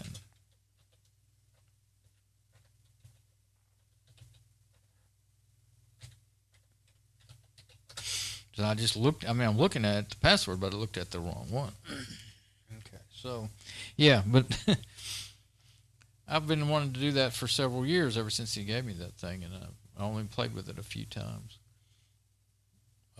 Fully functional, got program after program.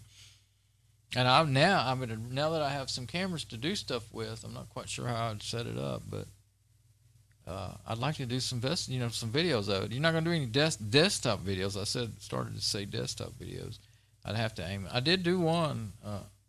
I've done 3 or 4 or 5 videos, but a while back last year I did one. I just aimed the camera at it and just kind of see what I could remember of how to use it, and I played around with it for an hour or so. But I've been wanting to actually get serious about it, but I just haven't. Either don't feel good and can't think straight to even think about doing it, or I can't because I have too many other things to do. When I get to feeling better, I'm playing catch up. and not the kind you put on a hamburger. Not ketchup, but ketchup. Not ketchup, but ketchup. Not ketchup, but ketchup. Yeah, there we go.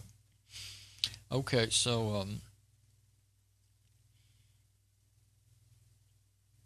it's back up.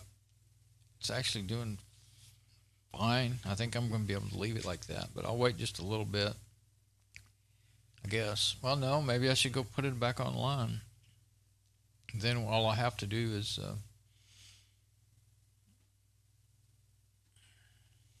string bugs me. It was all straight and perfect.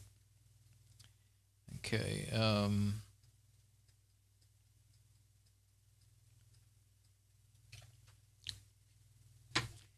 Yeah, all I have to do is put it back online, and then when I go, then just remember to go turn the other one off in the garage. It's only 99 degrees. It's not too bad. It's still too bad for me to want to be out there, but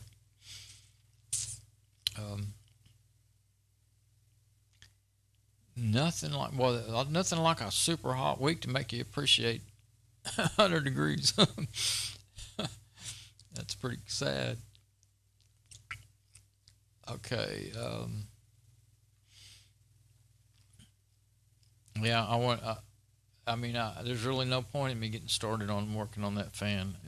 My eyes are so blurry I can't see good. I'm getting slower and slower in my thinking. I've actually been kind of messed up all day anyway. So going in circles, I remember that. So yeah, I guess let's go to Montastic again. Probably have to log in again because I closed the browser. It probably was already logged out. That's the weirdest thing. I don't know why they have that on there. I never watched that show. I didn't think it was funny. I thought it was about as boring as anything could be. Only thing I liked about it at all was there was that kind of cute girl and that guy, and they had their unrequited love, and I'd see little bits of it here and there. It used to be on, when it was on air. I guess it was called The Office, I think. And when it was on air, somebody was watching it, and I'd be going in there in the kitchen, get me something to eat, and I'd hear them talk. Anytime I'm always distracted by a sound, and so I'd hear them talking, and I'd hear them, and I'd look around the corner to see what they were talking about. So I remember that girl. She was cute and seemed nice. The character, of course. I don't know what the person would be like. And then the guy that liked her and all that stuff, but she already had a boyfriend or something. Then I remember they finally broke up, and I guess they got together. So it seems, the server's okay still. It should be. And, but I did, I saw that girl. Was it her? I'm still not sure if it was her. I watched the show, an entire series. There was was it 2 seasons or 1? No, I think I watched the first season online. Let's go to the other one now. Yeah, Uptime Robot. What was it called? Oh, You, Me, and the End of the World, or something like that. Yeah, You, Me, and the End of the World, something like that. Okay, so it shows it hasn't been down for 18 hours and 47 minutes. It's made in England, but it had several American actors in it. And they started in America and ended up in England in that first season. And I watched it all within 2 or 3 days because it had already all been done, and I found, I was watching it online. I binge watched it. I liked it. And what I'm trying to say is that girl from The Office, I think she was the main girl, or not the main girl, but she was one of the main characters in it. Maybe she was the main girl, but anyway, I think it was her. And she was good. And I really got a kick out of it, being that girl that I remembered from that TV show, even though I didn't really watch the show, and her being an American in that English show. It was actually an English show produced in England. It was good, and it had twists in it. You thought you knew what was going to happen, and you didn't. And I guess maybe when was that? Last year. I would suppose they've already done all the next season by now. I don't remember where I watched it now. I'd have to go try to find it again. That and Doctor Who. Are they ever going to put Doctor? It's like they take 2 years to do another season of Doctor Who. I swear I've been waiting 2 years for season 11 or series 11. They call it series, and it still hasn't been. I think it's going to be on this fall. I'm not sure, but I think I kind of guess what happened is I think it might have got canceled and then brought back. I'm not sure because I think it took them 2 years or 3 to do another seasons from the last one that they did from 10, you know. I didn't know anything about Doctor Who growing up. I never heard of it. But back in like the early 90s, a friend of mine was into the old original Doctor Who's, and he told me about them, and him and some of his other friends that they knew about it and they would quote it and stuff, kind of like Monty Python. Well, he was into Monty Python too. And and I knew they quoted all my friends that I knew back then in the early 90s when I was volunteering for those concerts. And we were all into music, and most of them were musicians. And they have, musicians kind of have a different sense of humor. And I got it. I was like, finally, people that get me, I didn't know I was one of those kind of people. I thought I was just a mechanical tech head, Turns out I'm a little bit above all three.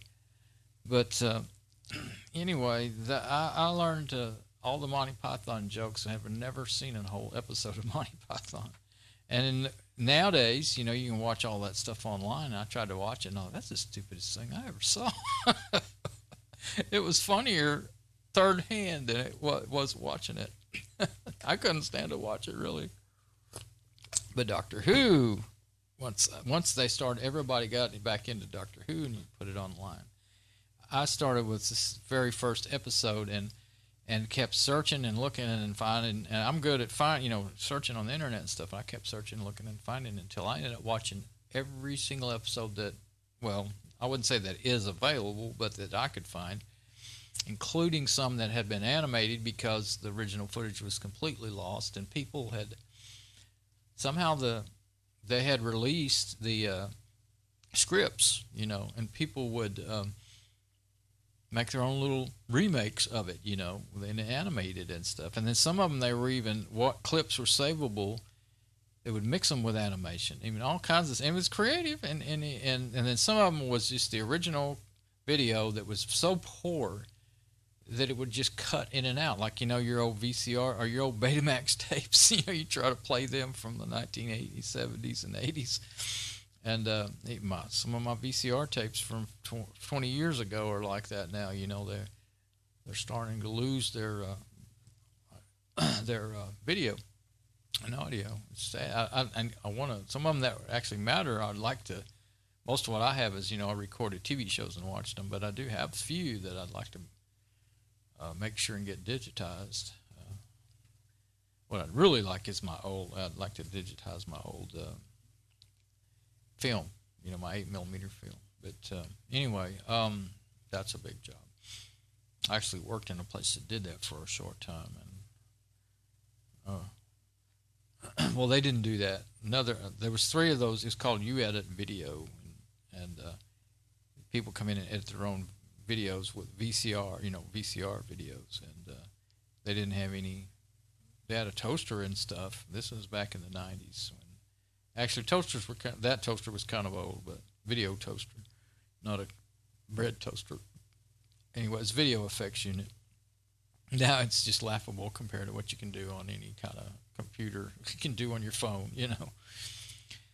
But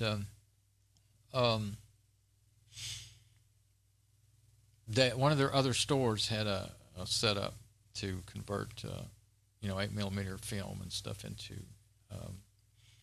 You could put it on a projector and digitize it. Wait a minute. They didn't digitize it. They weren't that far along. They put it on VCR, videotape for you. That's what they did. Yeah. And I've seen projects, and there's several different ways people go about it. Some of them use a high quality, fast, DSLR camera and set it up to automatically, every time that projector hits a frame, it triggers to take a single shot, and then they put it in computer and edit that all into a video. You can take JPEGs and put them together and make a video. I've done that before, and if you have enough of them, it makes a good video. So, and then there's a more the old tried and true way of you set up a projector on a screen in a dark room, and then you are in a box, dark box. That's what they had, was a box. They say they had. I never saw it because I never went there, but they say they had built it themselves. A projector screen inside of a box, keep it completely dark, and then you mount a camera in there that's taking a video of the screen. The problem with that is the timing is different. You know, the timing of 8mm film is way different than that of a camera. And so I dreamed up, okay, I learned this from just messing with webcams. When they first started coming out with HD webcams, I realized, okay, now all webcam apps, you can change the frame rate at will. You know, some of them you can even do a half of a frame rate. And so if you got you a high quality, like whatever nowadays, I mean, I don't know, I don't think they have 4K USB cams, but you don't really need 4K. I mean, why would you want to? You wouldn't really want to go that high resolution off of an old 8mm. All you would do is see all the imperfections. So if you just had one that did 1080p, that would probably be fantastic. And actually, you might want to do 720p because it's going to be square, you know. So let's say you had a good, decent, not what I got, my old ones, but a decent USB camera, and set it on, whatever P you select, you want to do a square, not a widescreen. And then set it on that, and put it and make you your dark box. I even thought about my closet right behind me there. I thought about setting it all up in the closet. It's actually too full to do that, but I thought, well, if I did clean off the top shelf, I could do it in there and seal up the doors, with light don't get in. And so anyway, set that all up so that your webcam is doing the exact same frame rate. Keep experimenting until you hit it, unless you're a math wizard and you can just figure it out. But set up your frame rate so that camera is doing the same frame rate as the projector. And the projectors kind of speed up. I had that stuff. I still have them in the garage, all that stuff. I haven't messed with it in 30 years, but projectors will speed up and slow down a little bit. They're not completely constant, like when you're watching a film movie on a projector. So it wouldn't be perfect, but you could certainly get a lot closer, because if you just say do 30 frames per second, or okay, well, I think I'll do 7, or I think I'll do 15, or whatever, you're going to get pictures of half a frame of video is what you're going to get. And it's going to be noticeable. It'll be a flash, but it's not going to look right. You'd really much more enjoy watching the video on a regular projector. But in order to digitize it and make it look good and look right, I've seen some that were done well online, and I've seen some that were done poorly. And you can see the difference. You can tell, even if you don't know what's wrong, you know something's wrong. And the ones that are artificially made to look like, film projector, they don't look right. I've seen a few that really look good, but most of those effects don't look right. Just having grown up with that all my life, I know what it looks like, So you just feel it, you can just know. But anyway, I've been dreaming about that for years, but it will be a big job. But I still have some movies of my kids growing up, and I'd sure like to digitize those. Of course, they're silent, so you would, since I actually have done some singing and recording over the years, I would probably just use my own music. Even though they might not match all that great, it'd just be nice because I did, I shot the film and I did the songs. Or some of them I could actually use, like the guitar intro and exit that I have here on this. That's me playing around with my guitar, and I have quite a bit of a couple of 3-4 hours of that I recorded one year, so maybe more than that.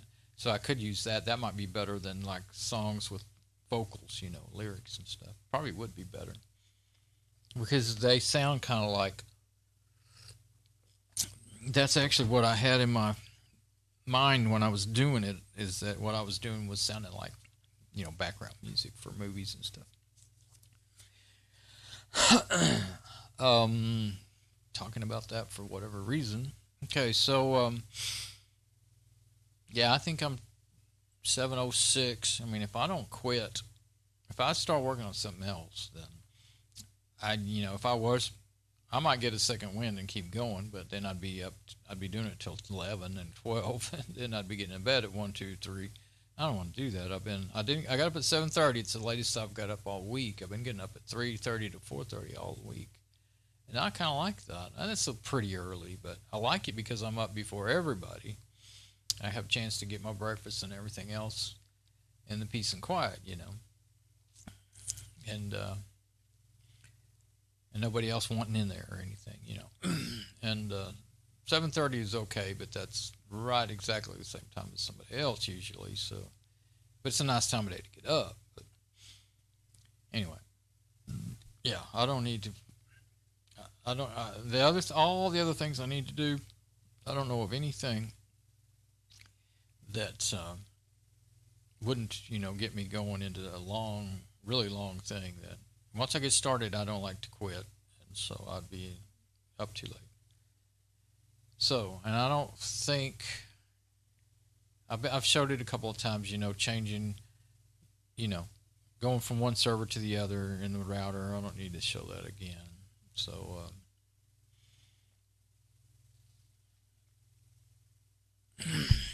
but I think it sounds to me like I'm going to just leave the IBM like it is. If it bothers me, then I'll have to fix that.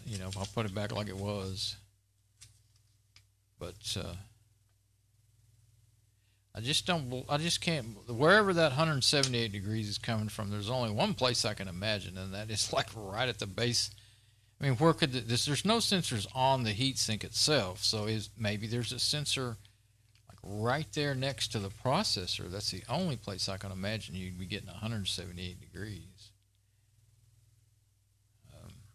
That could kind of make sense in my mind, that if the processor was 178, the rest of the case or another spot on the motherboard a little like 4 to 6 inches away might be 90, 95 degrees, That's generally kind of what they run at, 90, 95, these machines here in my house.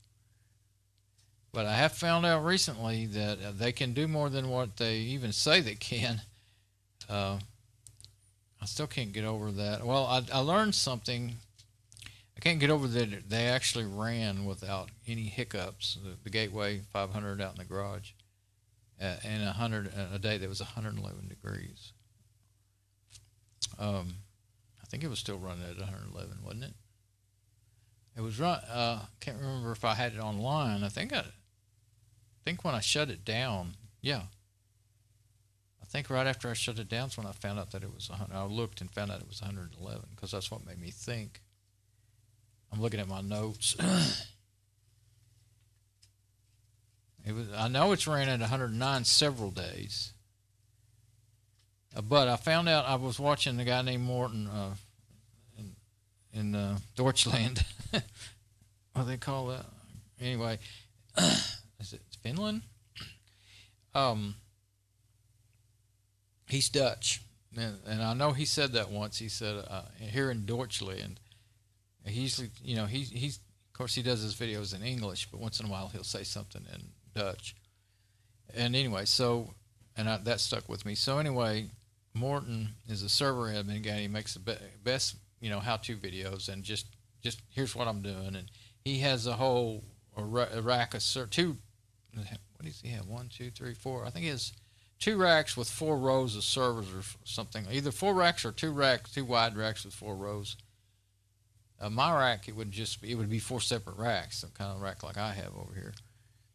But mine is a computer rack too. It just came out of a telco, not out of a server room, But anyway, he just does it because he likes to play with them and stuff. And he's really he's not just into making videos on YouTube. He makes movies with some other guys that he knows. He's been doing it. I just found out he made a new movie, and I watched it. And him and the guy one of the other guys that helped him they made it with. He was the guy that did a lot of the editing, or he did a lot of the well, not all of it. He did a lot of the graphics editing. What do you call it? 3D work, and because it was it's pretty neat. Let's see. I was thinking, how can I show that? Let's see. He was wanting everybody to watch it, so if I can remember where it is to show it. So if I go on here and go to my channel and then go to my playlist, I think I'll find it. Anyway, it's well, let's get to it. It's me trying to explain it. Let's try to find it and show you the information on it.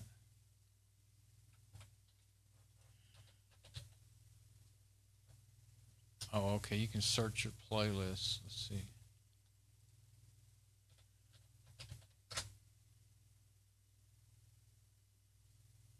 Movies and clips, yeah. So it's just one, you can just watch it. It's oh, here it is right here. It's the first. Okay, this is it right here. So that's the name of his company, Lone Tower Visuals. It's called Echo, short film, and it's a short film shot in Danish submarine Springerine in Aalborg.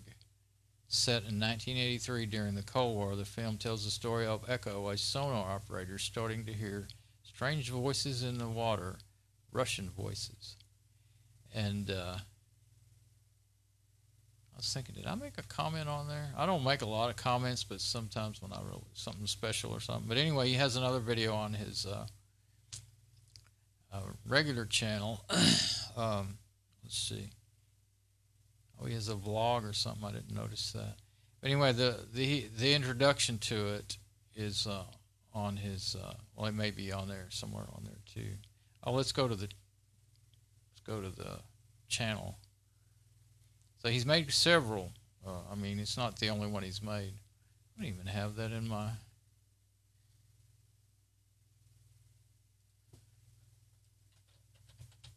I don't have a folder for movies. I don't have any. These are not actual movies. I mean, they're short. Well, no, actually, he said he'd made 2 feature films. Some of them are kind of like scary type stuff, so I don't know if you'd want to. And some of them are not in English, like that one there, Definitely Dead, a short western. That's actually, I had to kind of look at the description. I saw that one, and it's in English, and it is good, and it is kind of rough, but it's a comedy. It's kind of a drama comedy type thing. But some of these others are not in English, so I don't know what they would be about. I haven't seen that one. That one's in English. There's 1, 2. There's not. And that one there, I don't know what that's about. And that one says Brothers in Arms, and then Echo. That's actually not the one showing up first. That's kind of funny. It may be listed by popularity or something. But anyway, well, that's what he has on his channel, on his Lone Tower Visuals. Let's see if he has his regular channel. No. That's probably the guy that edited. I don't know. Yeah, he doesn't have even a link to. Oh, there it is right there. Related channels, My Playhouse. This is his regular channel, his YouTube channel. And I should already have that in my. I have them all. Whenever I get done working, usually most of the half of the time I'll be watching one of his videos, just relax. And sometimes most of the time he's doing stuff on servers. But sometimes he's like there's a couple of his recent videos he was just repainting his basement and stuff, which is where he works on stuff, not his servers, but other things. But he really knows his server stuff, and this is he works in data centers. It's not like what I play with here, a desktop turned into a server. And I've always been interested in that, but you didn't used to see ways to learn much about it. So there's a 200 awesome server 2 years ago. Yeah, so that this is like popular uploads. I think I've already seen that one. But anyway, if you want to learn something about servers, if you don't, or if you just like them, you probably enjoy his channel.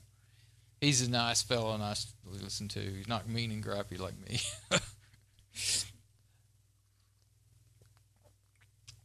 I try not to be mean and grabby, but sometimes I get grabby. Well, he edits his videos. I think I've seen him get mad, but he cuts all that out. He edits all that stuff out. Oh, one of his most fun videos lately is he got I don't know if it's most fun, but it's fun because I've always known about him, but not ever seen one, and even seen a video of one really. He has an electric robot lawnmower, and somebody gave it to him, and the batteries were old and wore out, and he put lithium-ion batteries in it out of old laptops, old iPads and stuff like that. That's what they came from. He buys up batteries, like a whole bunch of them, and it's just not what he does all the time. But he down in his basement is where he works where he's painting. That's where he works on his batteries and stuff in there. And his servers are up in there's one of the screenshots right there of his servers right there. But he calls it he's saying the other day, he called it My Playhouse because originally he was making videos of renovating this house it was his grandparents' house, and they gave it to him. And then he got into his server stuff, and that's when he got popular, and people liked his server videos, and he didn't get much attention on his remodeling videos. So now for the last I don't know how many years it's been, but he's turned into a server video guy, and that wasn't what he originally intended on doing. There's the description right there. Lenovo, he loves Lenovo's, and actually he's just about got Lenovo IBM, and I didn't really well, yeah, I did know that, but I keep forgetting. I knew Lenovo bought out somebody, but I didn't remember who it was. IBM was bought out by Lenovo. HPE, that's Hewlett-Packard, and he tells you about all the trouble you can have with those things. And Dell, but he likes Lenovo's and IBM stuff, and he explains why. He shows, like stuff that's breaking, brand new hard drives, SSD hard drives that are breaking in these brand new expensive, really $30,000 servers, And he doesn't show a lot of Dell servers, but I have seen a few in there. He's made so many videos. I don't know if it shows in here how many he's made over the years. Let's see. Oh, there's the story right there. Oh, he bought it from his grandparents. They didn't give it to him. Okay, in 2005. And it's in the countryside. I wasn't quite sure where it was. I think it seems like it's in a really small town because you can hear he's close, and you can hear a church bell sometimes when he's outside, and he says, "Oh, there's that church bell," and it sounds like it's 3 houses down from him, but it's probably a good little way further than that. But it tells the size of it and everything. Or it says what days he gives out videos. So anyway, yeah, this is so this is what the videos you'll see from him most of the time is that, but he also, him and his other friends and people that he has he says he has a little production company, just for making those movies. It's not like he hires out for people. He makes his living as an IT guy, but they make good movies though. And he said they've done 2 or 3 full feature. And they say the thing they want to do next is make a full featured movie. Oh, did I really do that? Hello, me. I saw my hand waving in my preview over there. It's still playing. I was trying to show you all this stuff. You see, that's when you get tired, you should know when to quit. Here it is right here. And I'm not going to go, of course I'm not going to redo all that, but here's his, about his channel. And then that's Morton. Here's his page that I was talking about in the different videos that I thought I was pointing out. Darn it. And anyway, you can just go to it's called My Playhouse. You can go, half of my blue bar, I can't even hardly get a hold of it. It's so tiny. Ugh.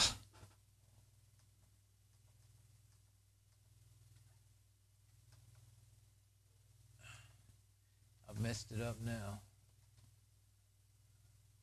I'm trying to adjust the monitor.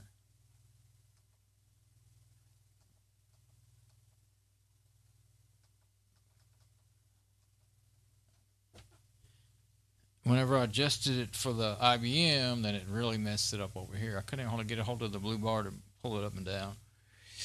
Is the sound still working over there? Yeah, there we go. Okay, I don't suppose that shows up in the, well, it might show up in the video, because I think whatever I see is what you, what I see is what you get. So anyway,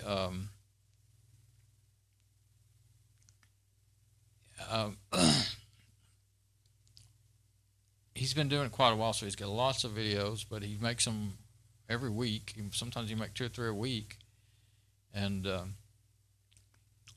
he's just fun to watch, and he's smart, and he explains it really well, you know, about what's going on. And he doesn't just tell you about it, he shows you. And he has the stuff, and he shows you sometimes inside of at work, his data center. So that's really interesting too, because I've never been in a data center. I've been in telephone company central offices. They call them telcos. I worked in them in 2000, just for 8 months, but I learned a lot. And so that really made me want to know more about data centers too. But of course, some things he can't show, but sometimes he can show you just, you know, certain racks and certain particular servers he can show you inside of some of the data centers. Because a lot of it's, you know, security reasons. Now here's what I was showing is the Lone Tower Visuals page. That's the movie channel, you know, YouTube channel. And oh, they've got, that's the submarine. They really did get, I knew they were going to do it, and this was the ones I was pointing out and saying some of these are in English and some are not. That's how many he has on there. He doesn't have any full-length ones on there, I just noticed. They said they made a couple of feature films. They're all shorts, but I saw that one, Definitely Dead, I was talking about. I don't think I've watched any of these others. Of course, about half of them are in English. If they're not in English, I wouldn't understand them anyway. And here's the page for the movie, Echo. And there is, you might have heard that a minute ago, but didn't see anything because I had no idea I wasn't showing you. So, Lone Tower Visuals is the, but you can go there and watch it. Echo short film by Lone Tower Visuals. And the whole time I was sitting here showing all that, I thought I was showing it, and I wasn't. So where are we there? That's me. Oh, that's my channel. Oh yeah, my favorites, clips. So, yeah, check that out. This one's pretty good. I mean, and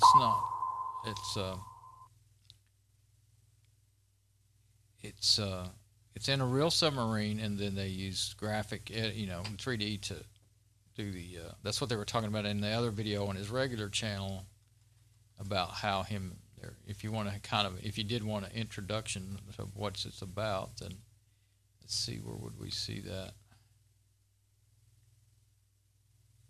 Yeah, right there. Echo, shameless promotion of his. So that's how his intro of all of his videos start out. And yeah, so if you watch that, if you want to know, you might just want to watch it first and then watch this. Really, I watched this because that's, you know, I was always watching his videos, and that came up, and I was like, oh, let's see what that is. But it didn't tell enough to spoil the movie for you, though. But oh yeah, I remember the very first video I found by him. I was trying to find out about how to, well, basically how to hack what they call the self-balancing scooters. They used to call them hoverboards when they're really not. Oh yeah, I see the lawnmower and all that stuff in there. But anyway, yeah, I really enjoy. If you like computers, and especially if you like servers, then this is a good channel. So just go back to my home page. I need to go put this. I said I didn't need to show it, but since I can't seem to stop talking, may as well get something done here. I'll go ahead and put the server back online. I shouldn't have any trouble or anything, so go to port on my D-Link, 86 DIR 869 HWA1FW 102. I don't know what all that really means, but that's the model number. D-Link DIR 869. So Bishopco is the Bishopco, I'm sorry, is what I named my server. So that's the IP of my backup server out in the garage. Oh, and the reason I started talking about him is because he did a video on data center cooling and the principles of how it works, and I never knew any of that stuff, and I always wondered about it. And let's see, yeah, since I've been doing this back and forth, those IPs are just still in there. So you got I could do the port 80 for normal web port, and then the HTTPS port, the normal HTTPS. Actually, I don't think I have any HTTPS, any secure socket layer stuff on my server. I don't have any dynamic websites or anything, but I went ahead and did that. I don't remember. Maybe that, I think I just did it in preparation for maybe doing that later. Seems like there was something I read about why you might want to do that, even if you don't have that kind of content, but I can't remember now. Anyway, it could be. I haven't ever noticed any problems from it, at least. And you got to hit save in here in this thing after you do your changes, or you will lose your changes. And that threw me off recently when I started doing it. Normally I don't ever touch it. It just stays the same. Okay, 0124 0124. Okay, now then let's go to. Oh, it's gone. I've been to too many other pages. Let's see. What Monstatic. Montastic. Not Monstatic. I still call it Monstatic, but it's Montastic. Okay, I'm still logged in. So that won't tell you much because it thinks well, I had it set to only check once a day, so it was never down long. Luckily, never down long enough for it to even report that it was ever down. But this is every 30 seconds, so we'll wait and we'll let it count there. Now, Uptime Robot, that came up since my new tab. Now where's the go to the dashboard? I'm not logged out yet, so I was just in there a while ago. So it's been 19 hours and 22 minutes since it's been down. Last night in the middle of the night it went down for 5 minutes at midnight, I think. I don't see the time there, but I saw it on the email that I got from them. This one's real good about sending you emails, and they're not like a bunch of false positives and everything. I think I had changed this one to only once a day because I kept getting false positives from this one, if I remember right. But it's up. See, I just got through switching it, and it shows it's up now. It's way more dependable to do that with one of these monitoring sites than to just go to your into your website. Of course, if it wasn't up lately, anytime I try to go to it by the well, see, now that's the it's not, they call it shows up on Google as a redirector, but it's well, it is a redirector sort of. It is redirected to this, but since I have a dynamic IP which changes ever so often, I don't have a static IP, here at my house, then I have to use one of these services, that's the one I use. That's the URL I got from them. But see, what happens is if you type in bishopco.com, then it redirects really fast to that. But if I type in donsong.com, then you don't see that because I have it masked. and I just chose to do it that way. I could mask the other one too, but I'm always talking about my music, so these are click on the album covers to get to the music. Of course, there's a little bit more information there on the page. You see how old school they are. But now this is coming right off the IBM here in my room. But sometimes the reason you need to use these monitoring services, I'm going to get out of that because it kind of uses up resources, is because sometimes your web browser will often go to the shortest path, which would be through your own local network, and you won't be able to tell that it's doing that, and you'll think you're up. One time I thought my website was up for a month, and it was down that whole time. I had made a mistake in something, and it wasn't working right in my setup. But that's my newest album, which was in 2005, I think. I only did 2 albums over the years, and they were, I recorded them in a home recording studio with some other friends. But you can just right-click on the songs to save them. Save as. I'm running out of voice now. Or you can click on them, and here they'll play really loud like that. Why is that so loud? Just loud. Like to blew my head off.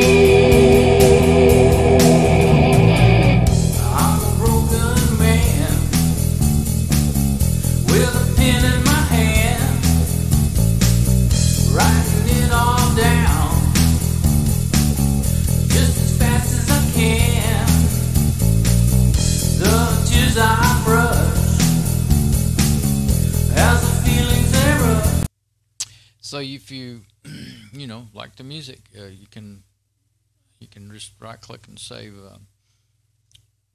Where does it say? Save link as. That's how it does it here in Firefox on Fedora. I think it'll be this. Fedora Linux. I think it'll be the same in Windows too.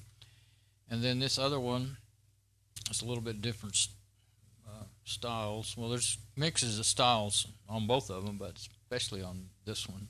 It's different than the other. Click on that one.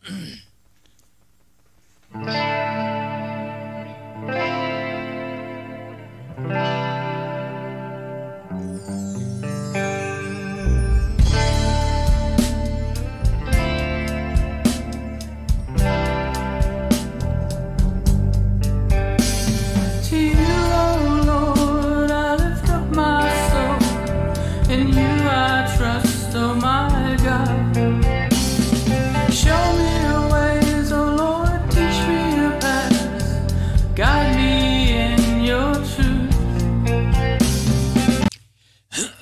And they range all the way from the first recordings I ever did with Marty was like 1992. Marty plays most all the music on all these albums, but this one here, Dawn Songs, there's another fellow named Steve Bryan that did some of the music on, and let's see, some of these songs I recorded with Marty, some of them I recorded them with Steve. He had set up a studio in his house, and and he played on some of them. And but the other one, let's see how I'm gonna get back up there. I was showing Marty a minute ago, because that's me on my front porch with some added graphics and stuff. And I sing and write the lyrics, and they did the music. That's Marty playing bass right there with some extra artwork.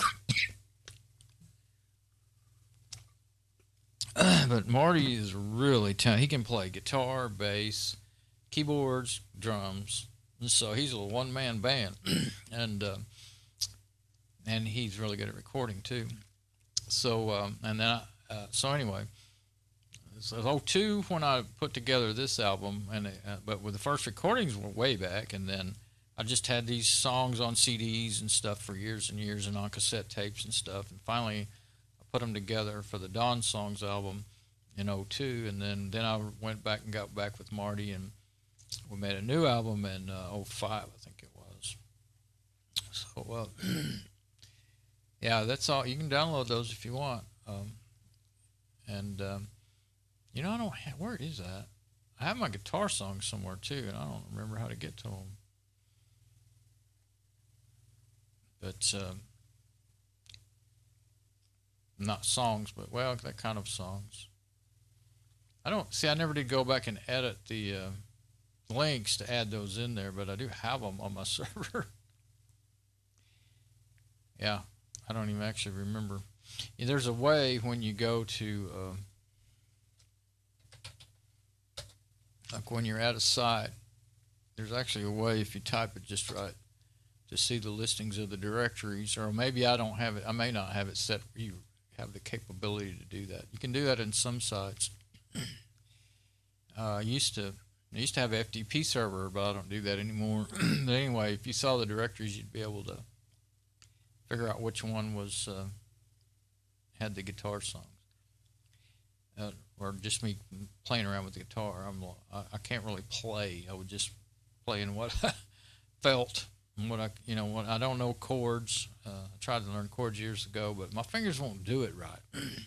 And then I quit, trying, and then I forgot everything I ever did learn. I started trying to learn. Well, I started trying to learn guitar. I had a guitar as a kid and a set of drums, a set of kids' drums, but they were real acoustic drums.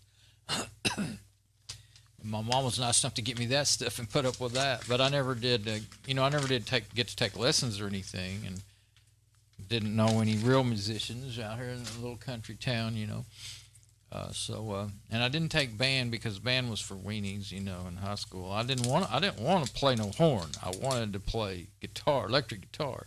And they didn't have no electric guitars in school. Or at least I didn't think so. I never forget the year I graduated. They actually had a band come in as kind of like trying to be nice, and had a little band, a cover band come in and play for us. And then somewhere during that time, they had some kids from our school band get up and play. And there was people I knew. They had a guitar, a bass, and drums, and maybe 2 guitars. And they were pretty good.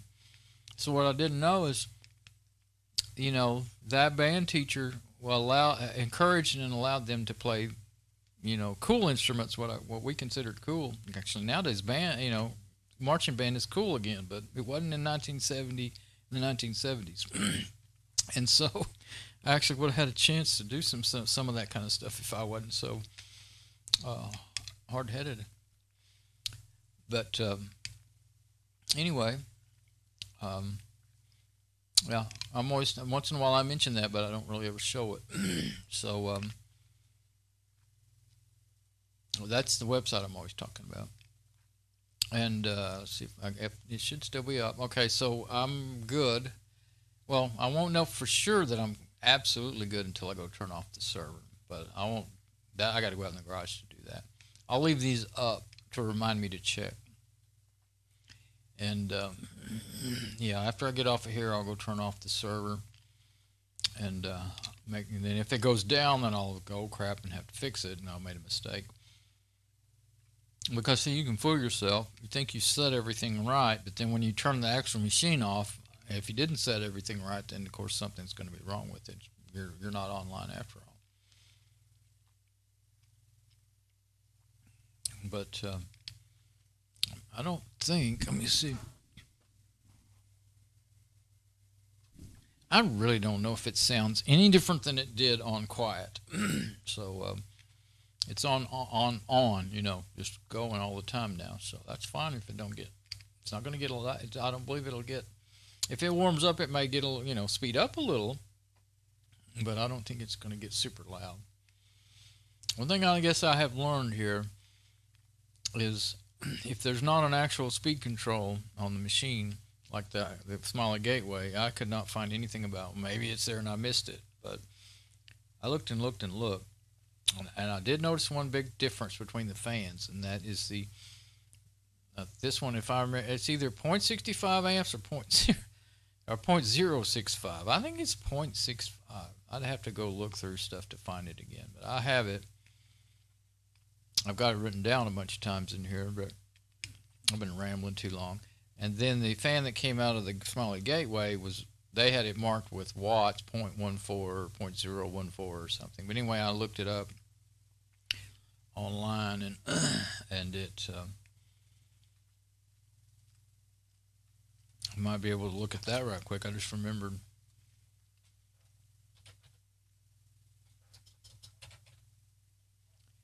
I had computer fan, 70 millimeter. Let's see.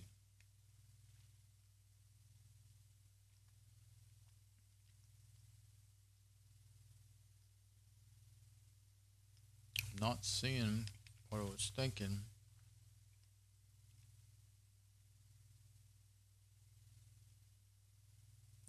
I kind of ended up getting my research mixed.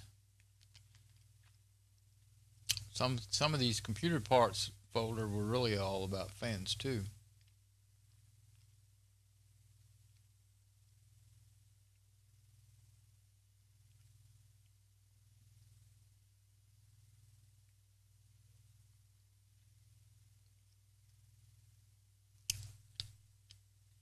I thought I had those conversions right here in this folder of the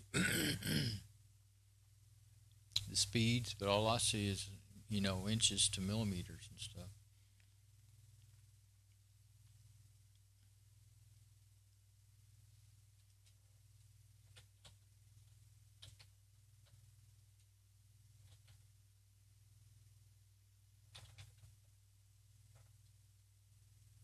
Well, I thought I'd find it, but I didn't.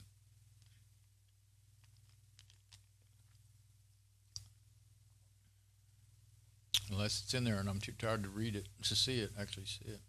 That's inches and all that. None of those are.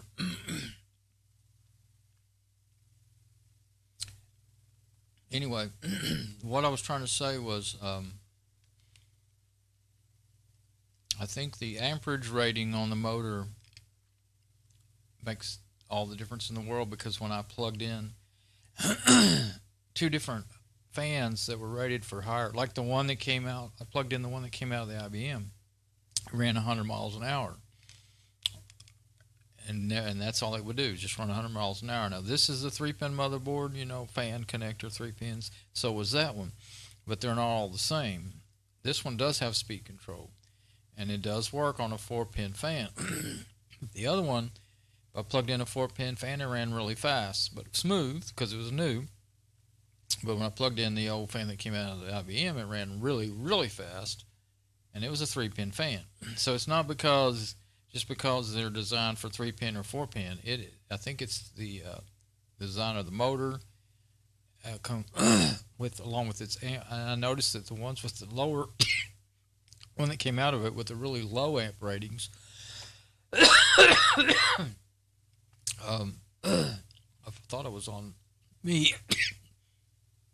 One that came out of it with the low amperage ratings ran the correct, what would be a normal fan speed in it, just that it had a broken blade. The one that came out of the IBM that was a 3-pin, just like 3-pin like that one, it ran super, super fast. And then I plugged in a brand new, well, it's in there. The one that's in there right now is a 4-pin, brand new 4-pin fan. It runs fast, but it's nice and smooth, but it's way too loud. You can just stand it. It would definitely keep it cool. It's a brand new fan that, that I'd really rather have for a newer machine,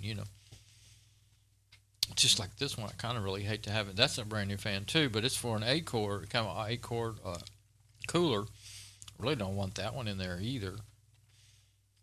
So I have gone around so much with this. I usually don't spend forever trying to fix old broken junk. I usually can decide at the beginning, okay, this is going to be too much. Well, maybe I've never been that good at it as I think, but I strive to do that, figure out, well, is this worth all the labor, but and the time to not just go ahead and buy a new one, But I'm really trying really hard to not spend any unnecessary money. So I've got some little bit of money saved up, and I want to say, well, if I want to buy anything, I really want to buy me a server to play with, not these old machines, maintaining them. So as far as computers go, there's other things too, like my truck. I may need more parts for my truck, stuff like that. So I got other more important things. That's why I'm really trying hard not to spend money on these old things. Okay, so I guess that's enough rambling on. I was getting to where I couldn't talk, so I couldn't even hardly say goodbye. I got me a cough drop. All right, so tomorrow on Rambling with Don, Rambling Computers, maybe that's what I should be calling it. Rambling on Computers. That's why I may be changing my channel name to that. Rambling on Computers. Should I write that down? Well,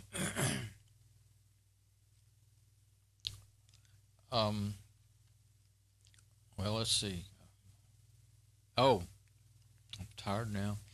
See, my plan today was to get figured out once again, third day in a row, what I was going to do once and for all with this fan on this thing, and I was going to go ahead and on the IBM, go ahead and order the fan if I'm going to, and order my coffee before I run out of coffee.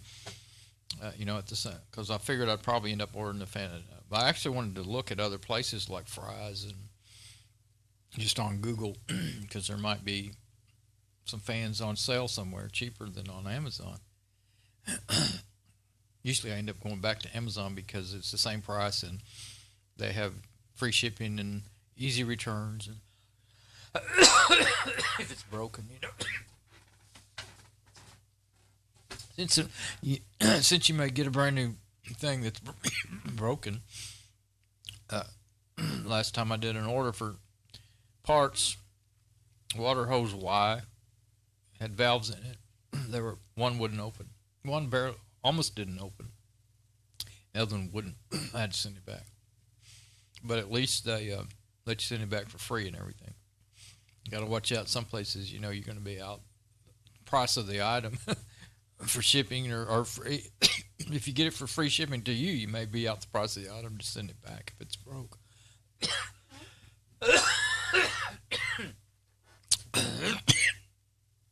So anyway.